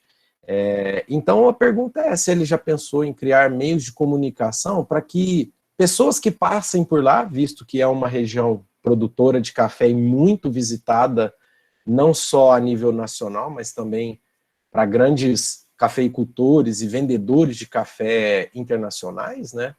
Se ele já pensou em fazer meios de divulgação, né? De contar um pouco dessa história dos canais artificiais que ele teve contato. Giliander, boa noite. Boa noite. Que bom ser aqui com a gente. Pessoal, o professor Giliander é também membro dessa turma do laboratório e é meu irmão, não consigo falar de outra forma. Ele está por trás de boa parte da minha produção cartográfica, o sobrevoo de drone na bacia, e ele, junto com a Fernanda, participou das pesquisas de campo na Ilha da Madeira. Então, a gente tem uma série de coisas para lançar ainda sobre a Ilha da Madeira nos canais artificiais de lá. Eu até evitei de falar um pouco, até porque eu não sou o único autor desses trabalhos lá, o Giliander é coautor, a Fernanda, o professor Antônio, enfim. Mas a gente tem muito serviço ainda, né, Giliander? E a pergunta dele vem em encontro justamente dessa questão, porque a gente viu um tratamento aos canais artificiais fora do Brasil, que a gente ficou assustado. Os canais artificiais fora do Brasil são celebridades, assim. Não seus, viu, Vinícius? Os seus continuam sendo os seus. Talvez em Coimbra, professor Vinícius, a gente viu algum tratamento semelhante, turístico aos canais artificiais, parecidos com os aí da sua região no Rio de Janeiro. Mas os pequenos são muito comuns existir painéis interpretativos, né, que orientem um pouco sobre a história e a ocupação. Aqui para a gente, Giliander, nós ainda não tivemos, eu não tive, confesso, que ainda a ideia de construir alguma coisa nessa direção por 2 motivos. Os nossos canais aqui em Patrocínio são muito curtos. Você conhece bem essa realidade, você sobrevoou aqui, esteve aqui também trabalhando. Mas o que daria para fazer, e eu fiquei com vontade muito tempo de fazer aqui, era criar rotas de trilha, aproveitando os canais artificiais de um para outro, né? E eu vejo que isso tem potencial de acontecer, por exemplo, em Catalão, desde que esses canais ocupem regiões maiores. Porque hoje o pessoal tem procurado muito esse contato com esse rural tradicional, vou chamar assim, né? Mas ainda não tive muitas condições. Agora que a gente está formatando um grupo de pesquisa com a professora Lilian, lá da Universidade Federal de Uberlândia, na área justamente de geoturismo, geopatrimônio, quem sabe, né, a gente não consiga desenvolver algo assim. E conto com a parceria de sempre para isso, né? Você sabe disso. E a gente está à disposição. Obrigado, obrigado pela parceria e por tudo aí nessa vida de pesquisa. Valeu. Bom, a gente, né? A gente falando da pessoa na apresentação, a pessoa estava aí, né? Ainda bem que falou bem, né, gente? Porque vai que, né, resolve fazer uma crítica acadêmica, né? Ao cidadão, e o cidadão está no evento. Muito bom. Mas alguém que eu devo saber que está aqui, Thalita? O Silvio está aqui não, né? Porque... O Silvio não vi ele, não. Então, menos mal. Ele está dando aula. Tudo bem, tudo bem. Obrigada, Virgílio, pela sua contribuição. Pessoal, eu vou ver aqui quem mais estava. Lara. Lara, quer falar para a gente, meu bem? Ai, se vocês quiserem, eu posso falar. Claro, fique à vontade. Pode falar. Eu estou curiosa, que eu não consegui assistir a sua defesa no dia, eu não sei, acho que eu tinha aula nesse dia. Eu vou ter que entrar pelo celular, porque minha irmã está aqui do lado, e eu não consigo falar porque ela está mediando o evento. Eu vou entrar pelo celular e vou para outro cômodo, só um momento. Eu posso responder o Luiz aqui, Thalita? Pode. Só para responder também o Carlos. Carlos, eu estou à sua disposição, deixei meu e-mail para você está precisando de alguns aparelhos e tudo mais, né? Vamos conversar depois, eu fico à sua disposição aí nessa parte de metodologia, embora o Jean seja sempre melhor nessas discussões todas do que eu, mas a gente pode fazer uma triangulação aí, sem qualquer problema. E o Luiz perguntou se eu cheguei a avaliar a influência dos métodos, né, de limpeza dos canais, abertura, e o impacto deles. Luiz, nós avaliamos sim. Quando o agricultor faz a limpeza manualmente, os canais costumam ter uma forma, literalmente, do formato da enxada retirando. Esses canais são rapidamente ocupados pela vegetação e o próprio agricultor e o gado pisoteiam o agricultor no processo de limpeza e vai formando diques mais compactos. Quando é maquinário, meu amigo, depende do maquinário que ele está usando, o material é arrastado, retirado, e isso fica muito solto para precipitação, por exemplo, depois. Então a gente tem notado que, embora os diques aumentaram, eles são muito menos consolidados do que eram no tempo de serem lentamente construídos. Espero ter conseguido responder aí essa questão. Ó, parece que nós temos um companheiro aqui, ó, da Unemate, meu vizinho lá, ó. É isso mesmo? Professor Gustavo. Professor Gustavo de Cáceres, campus de Cáceres. Olha, legal. Ele já legal. sabe. Conheci esse campus lá, já fui lá. Olha só. Bacana. Olha só. Que bom, que bom. O Jefferson também perguntou, Renato. O Jefferson perguntou, se tratando de água, como você mencionou, se trata de um elemento muito disputado para funções das propriedades, né? Os canais podem ser foco de alguma atenção no campo? Pessoal, sim, e é muito recorrente. Eu, inclusive, participei de cenários de conflito aqui no Brasil, tá? Com canais artificiais, eu tive que ajudar a intermediar algumas questões, porque às vezes o agricultor faz um desvio, divide o canal artificial, mas aquele canal pertence a uma comunidade, ele tem uma história, então isso é bem delicado. Em Portugal, as próprias freguesias, que corresponderiam mais ou menos ao conceito de município para nós aqui, eles têm, junto com a autarquia, que cuida dos recursos hídricos do país e Portugal, é um controle muito rígido sobre a dinâmica, né? E lá você herda o direito de uso de água. ele está atrelado ao tamanho da sua propriedade. O tamanho da sua propriedade define a quantidade de água que você pode ou não usar. E isso gera alguma tensão, né? Na Ilha da Madeira é mais grave porque os canais abastecem as cidades. Tá? Isso é ainda mais grave. E na Caxemira, estou dando exemplos que eu conheço mais de perto, na Caxemira o problema ainda é pior, porque lá os canais, se eu não me engano, tem o nome de HUs. Esses canais, volta e meia, eles atravessam a fronteira com o Paquistão. E o Paquistão demanda uma grande parte da água que a Índia retém na planície de Srinagar para produzir alimento. Eu tenho um problema aí já na questão da bacia do Hindu, toda essa questão. Tá? Acho que deu para dar mais ou menos isso, né, Jefferson? A Lara? Agora eu vou conseguir falar. Olha, então, pessoal, boa noite. Estão me ouvindo bem? Sim. Então, pessoal, eu estava, né, nessa vida aí de procurar um tema para estudar, que todo mundo passa por isso, essa dificuldade de se encontrar, né, mediante a tantos assuntos da geografia. E aí estava assistindo uma palestra do professor Renato e eu me encontrei, assim, falei, nossa, é isso que eu quero estudar. E aí, quando eu encontrei esse tema, eu falei, agora o desafio é, como que eu vou fazer para não ficar um trabalho igual o dele, né? Tem esse grande desafio aí. E aí, aqui na cidade de Uberlândia, que é onde eu realizo minha pesquisa, tem também a presença de canais artificiais, né? Muitos, inclusive. E aí nós, então, fomos visitar esses canais e descobrimos que eles eram bem diferentes dos canais que o professor Renato estudou. Então, assim, o meu trabalho, também relacionado a canais artificiais, são relacionados a canais um pouco maiores, com a presença também de barramentos um pouco bem maiores, né, em comparação aos do professor Renato. E a minha grande dúvida era saber se esses barramentos, eles alteravam, eles influenciavam nesses canais artificiais.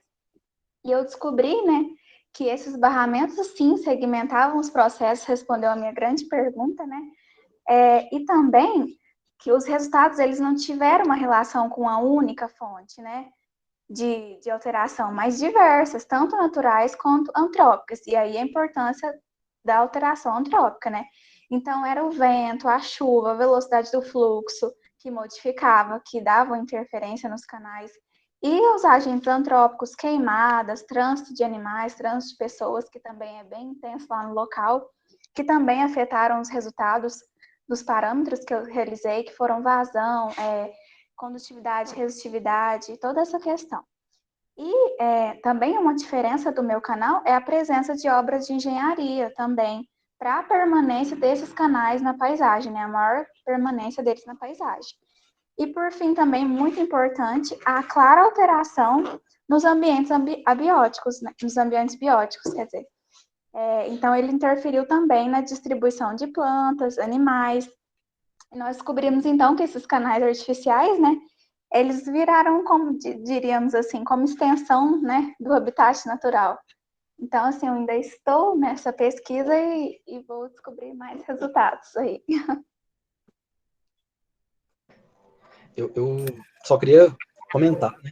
A pesquisa da Lara, ela discute canais com barramentos grandes, como a gente comentou, e é muito interessante porque ela também tem uma questão lá que ela tem uma bacia mais homogênea. É basicamente ocupação de animais, assim.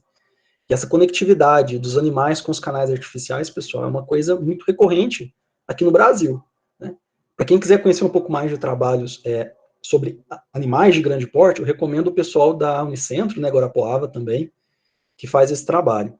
E na discussão sobre, já vou citar aqui agora de pronto, discussão sobre precipitação, relação erosão, vale olhar também o trabalho, por exemplo, do Jefferson, que está aqui hoje também, lá da Universidade Federal de Uberlândia, no Lages. E a gente ainda tem que fazer uma hora dessa, né, Jefferson e Lara, simular chuva no canal artificial, para confirmar algumas coisas aí que a gente... Isso mesmo. Mas é isso. Tá certo. Obrigada, Lara, pela sua participação. Eu que agradeço. Tá bom. Depois vocês coloquem no chat o título do trabalho de vocês, viu, Renato? Coloca o título da sua tese, Lara, o título da sua dissertação, caso alguém queira se aprofundar, né? Eu vi que alguém tinha levantado a mão. Era o Vinícius? Você tinha levantado a mão, Vinícius?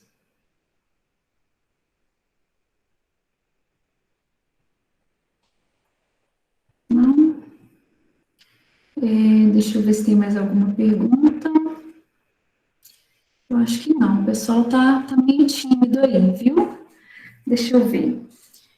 Bem, Renato, na verdade, eu tinha anotado aqui algumas considerações para fazer, né? Eu falei um pouco no início, mas só para fechar, assim, você poderia falar um pouquinho para a gente sobre, porque você trabalha com a bacia, mas a alta bacia do Rio Dourados, né? Então, você pega mais as áreas de nascentes, né? E essa bacia, ela deságua no Rio Paranaíba, não é?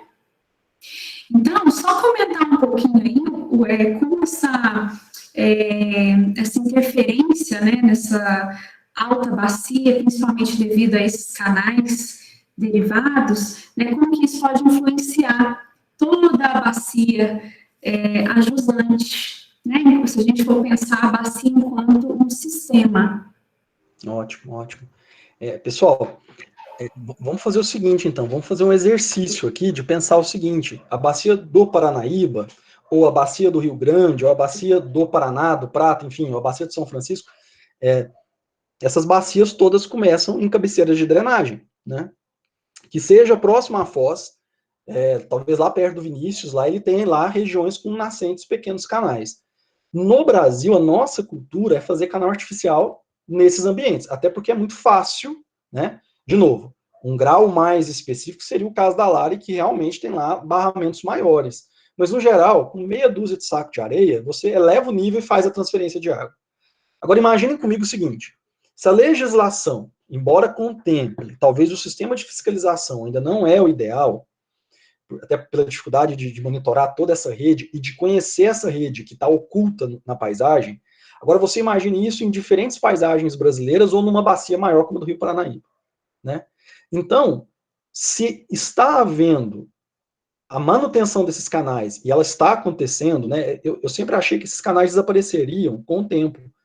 Mas hoje em dia, se você colocar qualquer fazenda para você comprar aí em Goiás, por exemplo, eu gosto muito desse exemplo, porque acontecia muito quando eu pesquisava, a primeira coisa que eles colocam é assim, ó, fazenda com rego d'água. Né? Porque é um valor, muitas vezes a propriedade foi segmentada, partilhada, ela nem tem acesso mais à água direto. O acesso que ela tem à água que chega à propriedade, água superficial, é um canal artificial, um rego d'água. Então, pessoal, eles vão continuar, tá? Eles estão começando a desaparecer em zonas de transição rural-urbana. De novo, a bacia da Lara é um bom exemplo, essa bacia da pesquisa que eu coloquei para vocês também é um bom exemplo. Mas eles continuam em outros ambientes, sempre, né, redistribuindo uma água que já estava destinada ao fundo de vale. Agora, imagine isso em toda a bacia do Rio Paranaíba. E a Thalita, eu agradeço a Thalita por conhecer muito bem a pesquisa, ela faz essa pergunta até justamente para a gente poder chegar nesse ponto, né, porque eu não falei na apresentação. De certa forma, pessoal, a pesquisa ela é uma provocação a todas as análises de vazão e todos os estudos de vazão que são feitos, enfim, no mundo. Né? Porque ou você tem um canal de drenagem, exemplo dos canais do professor Vinícius, e esses, pessoal, eles são eficientes em aumentar os picos de vazão e reduzir. Esses fazem isso, eles aumentam o pico de vazão na cheia e reduzem a vazão mínima na seca. Ou você tem esses canais como os que eu e Lara, enfim, estamos estudando, que eles tendem, se forem usados de maneira incorreta e com maquinário, a reduzir tanto os picos quanto as vazões mínimas. Então, gente, essa realidade, se não bem gerida, não bem administrada, né, se cada vez mais pessoas usarem maquinário pesado, cada vez mais pessoas se sentirem proprietárias da água e não entenderem que isso tem que ser uma partilha, né, talvez a gente possa até criar um modelo, quem gosta de modelagem, e perceber qual é o verdadeiro impacto desses canais que, sim, eles estão respondendo para uma mudança que talvez chegou lá na casa, foi Felipe ou Luiz que falou mais cedo, lá de Três Ranchos. Lá na embarcação, naquela usina hidrelétrica que produz energia, que muitas vezes tem um problema de nível, né? Então, Felipe, tá vendo, Felipe? A gente lembra, o tal do professor tem essa vantagem. Então, eu acredito, acredito isso, que a gente tem uma mudança considerável e que, de novo, Thalita, ela é ignorada, ela é desconhecida. né? Vocês podem, façam a experiência, todos vocês conversem com o pessoal mais antigo, todo mundo dá notícia de rego d'água. Né? E eles estão lá, nesse exato momento, fazendo o trabalho deles. Mas será que esses canais estão sendo bem administrados? Será que o processo, né, é viável? O Vinícius comenta aqui, ó, a vazão aqui cai tanto e a declividade é tão baixa, né? Que já calculamos direção de fluxo invertida. Nossa, então a situação aí tá complicado, porque a gente não está conseguindo vencer a dinâmica da superfície, né? Então nós temos aí uma questão que a água está ficando, né, Vinícius? Ela não está saindo. É próximo da adução no Rio Paraíba do Sul mesmo, sacou? Meu mais amigo, próximo. A natureza ela tende ao equilíbrio, gente. Ela encontra o caminho dela, e a gravidade, pessoal, né, nessa Terra que é geóide, a gravidade ela é eficiente, né, nós temos certeza disso. Mas responde, Thalita, dessa forma, com certeza existe uma mudança que não é lida, porque a gente tem dado de vazão, mas ninguém explica que essa vazão, olha, eu estou te mostrando o dado de vazão de 60 anos dessa bacia hidrográfica, mas eu estou ignorando, de alguma forma aqui, uma série de elementos, né? Eu fiz a análise de outorga. Quantos desses canais não estão na outorga? Né? Ou será que durante o período seco o agricultor precisou de água, ele abriu um pouquinho mais esse canal, ele mexeu numa saca de areia no açude, e isso mudou a quantidade de água que passa ali? Né? Uma coisa que eu tive que insistir com os agricultores que eu trabalhei, até hoje eu tenho que ficar de olho nisso, mas na amizade, é que às vezes, a hora que termina de usar água, ele não procura terminar o canal até voltar para o fundo de vale. E ele tem que fazer isso. Né? O canal tem que voltar o fluxo para o fundo de vale, ele não pode dispersar. Né? Essa água está dentro da bacia. Mas essa água já teve em circulação, então certo que ela continua em circulação. Né? Mas é isso. Era isso, Renato. Obrigada, viu? Eu agradeço a todo mundo. Bom, já são 9h04, a nossa discussão rendeu bem. Eu acho que foi muito interessante, agregou muito conhecimento, né? Principalmente essa questão de trazer o olhar para o todo, né? Nós não podemos estudar uma bacia hidrográfica visualizando apenas os canais naturais, né? Que já estão ali, mas a gente precisa analisar o todo, as vertentes, os múltiplos usos, né, a ocupação dessa bacia. Imagina, então, fica aí. Imagina o Jean semana que vem, né, com uma discussão de uma bacia urbana, né? Isso, o potencial disso, né? Então, assim, eu acho que foi muito válido, né, o Renato com esse tema, né, para mostrar aí para os meninos que estão se formando, que vão iniciar pesquisa em TCC, e falar também que o geógrafo, né, tem pessoas que não são geógrafas aqui hoje, mas nós vamos puxar um pouquinho para esse lado, para a formação dos meninos, né, e das meninas aqui. Então, a formação do geógrafo, da geógrafa, ela vai além por esse olhar integrado que nós temos que ter, né? E quando vocês forem trabalhar, né, estiverem aí no mercado de trabalho, forem fazer as suas avaliações de impacto ambiental, seus estudos, seja em ambiente rural ou urbano, né, sempre lembrar que é importante olhar o todo, né, observar a paisagem, além do objetivo, né? Então, você tem um objetivo, mas é importante compreender o que cerca esse objetivo. Então, ampliar esse olhar, né? E é esse o legado do geógrafo, é ter essa capacidade de integrar isso e, inclusive, levar em consideração as questões da comunidade, né? O conhecimento já disponível aí pela comunidade. Então, é isso. Muito obrigada, Renato. Muito obrigada a todos. Aos alunos de hidrologia, aos alunos da UFCAD que estão aí participando, aos alunos de outras instituições, aos professores que estão presentes, né? A gente fica muito, muito honrado com a presença de vocês. Então, muito obrigada aos meus amigos do Laboratório de Geomorfologia, da UFO. Então, o Renato falou bastante aí, mas nós somos uma equipe que começou aí dentro do laboratório do Lages, da UFO, e para onde a gente vai, a gente carrega esse povo, tá? os meus alunos aí, estou apresentando eles para vocês, então, onde eu vou, esse povo está atrás, onde eles vão, eu estou atrás. Então, nós somos uma bela equipe, e eu espero que continue assim, tá? Eu agradeço a presença de todos, eu vou mandar novamente aqui a lista de presença, por favor, assinem, né, os participantes que fizeram inscrição no evento. Na semana que vem, nós teremos a presença do Jean, que é o doutorando lá do nosso laboratório, né, que eu também acredito que será muito rica a experiência, né, então, assim, espero que vocês estejam conosco aqui novamente na próxima semana, tá bom? Aí. Então é isso, muito obrigada. Renato, se você quiser fechar as suas considerações. É só agradecer o seu convite, a Universidade, né, Federal de Catalão, e todo mundo que participou, contribuindo, assistindo, e estou à disposição. E, pesquisando e contribuindo, que é muito bom. Estamos à disposição. Obrigado a todo mundo. Obrigada, boa noite a todos. Tchau, tchau.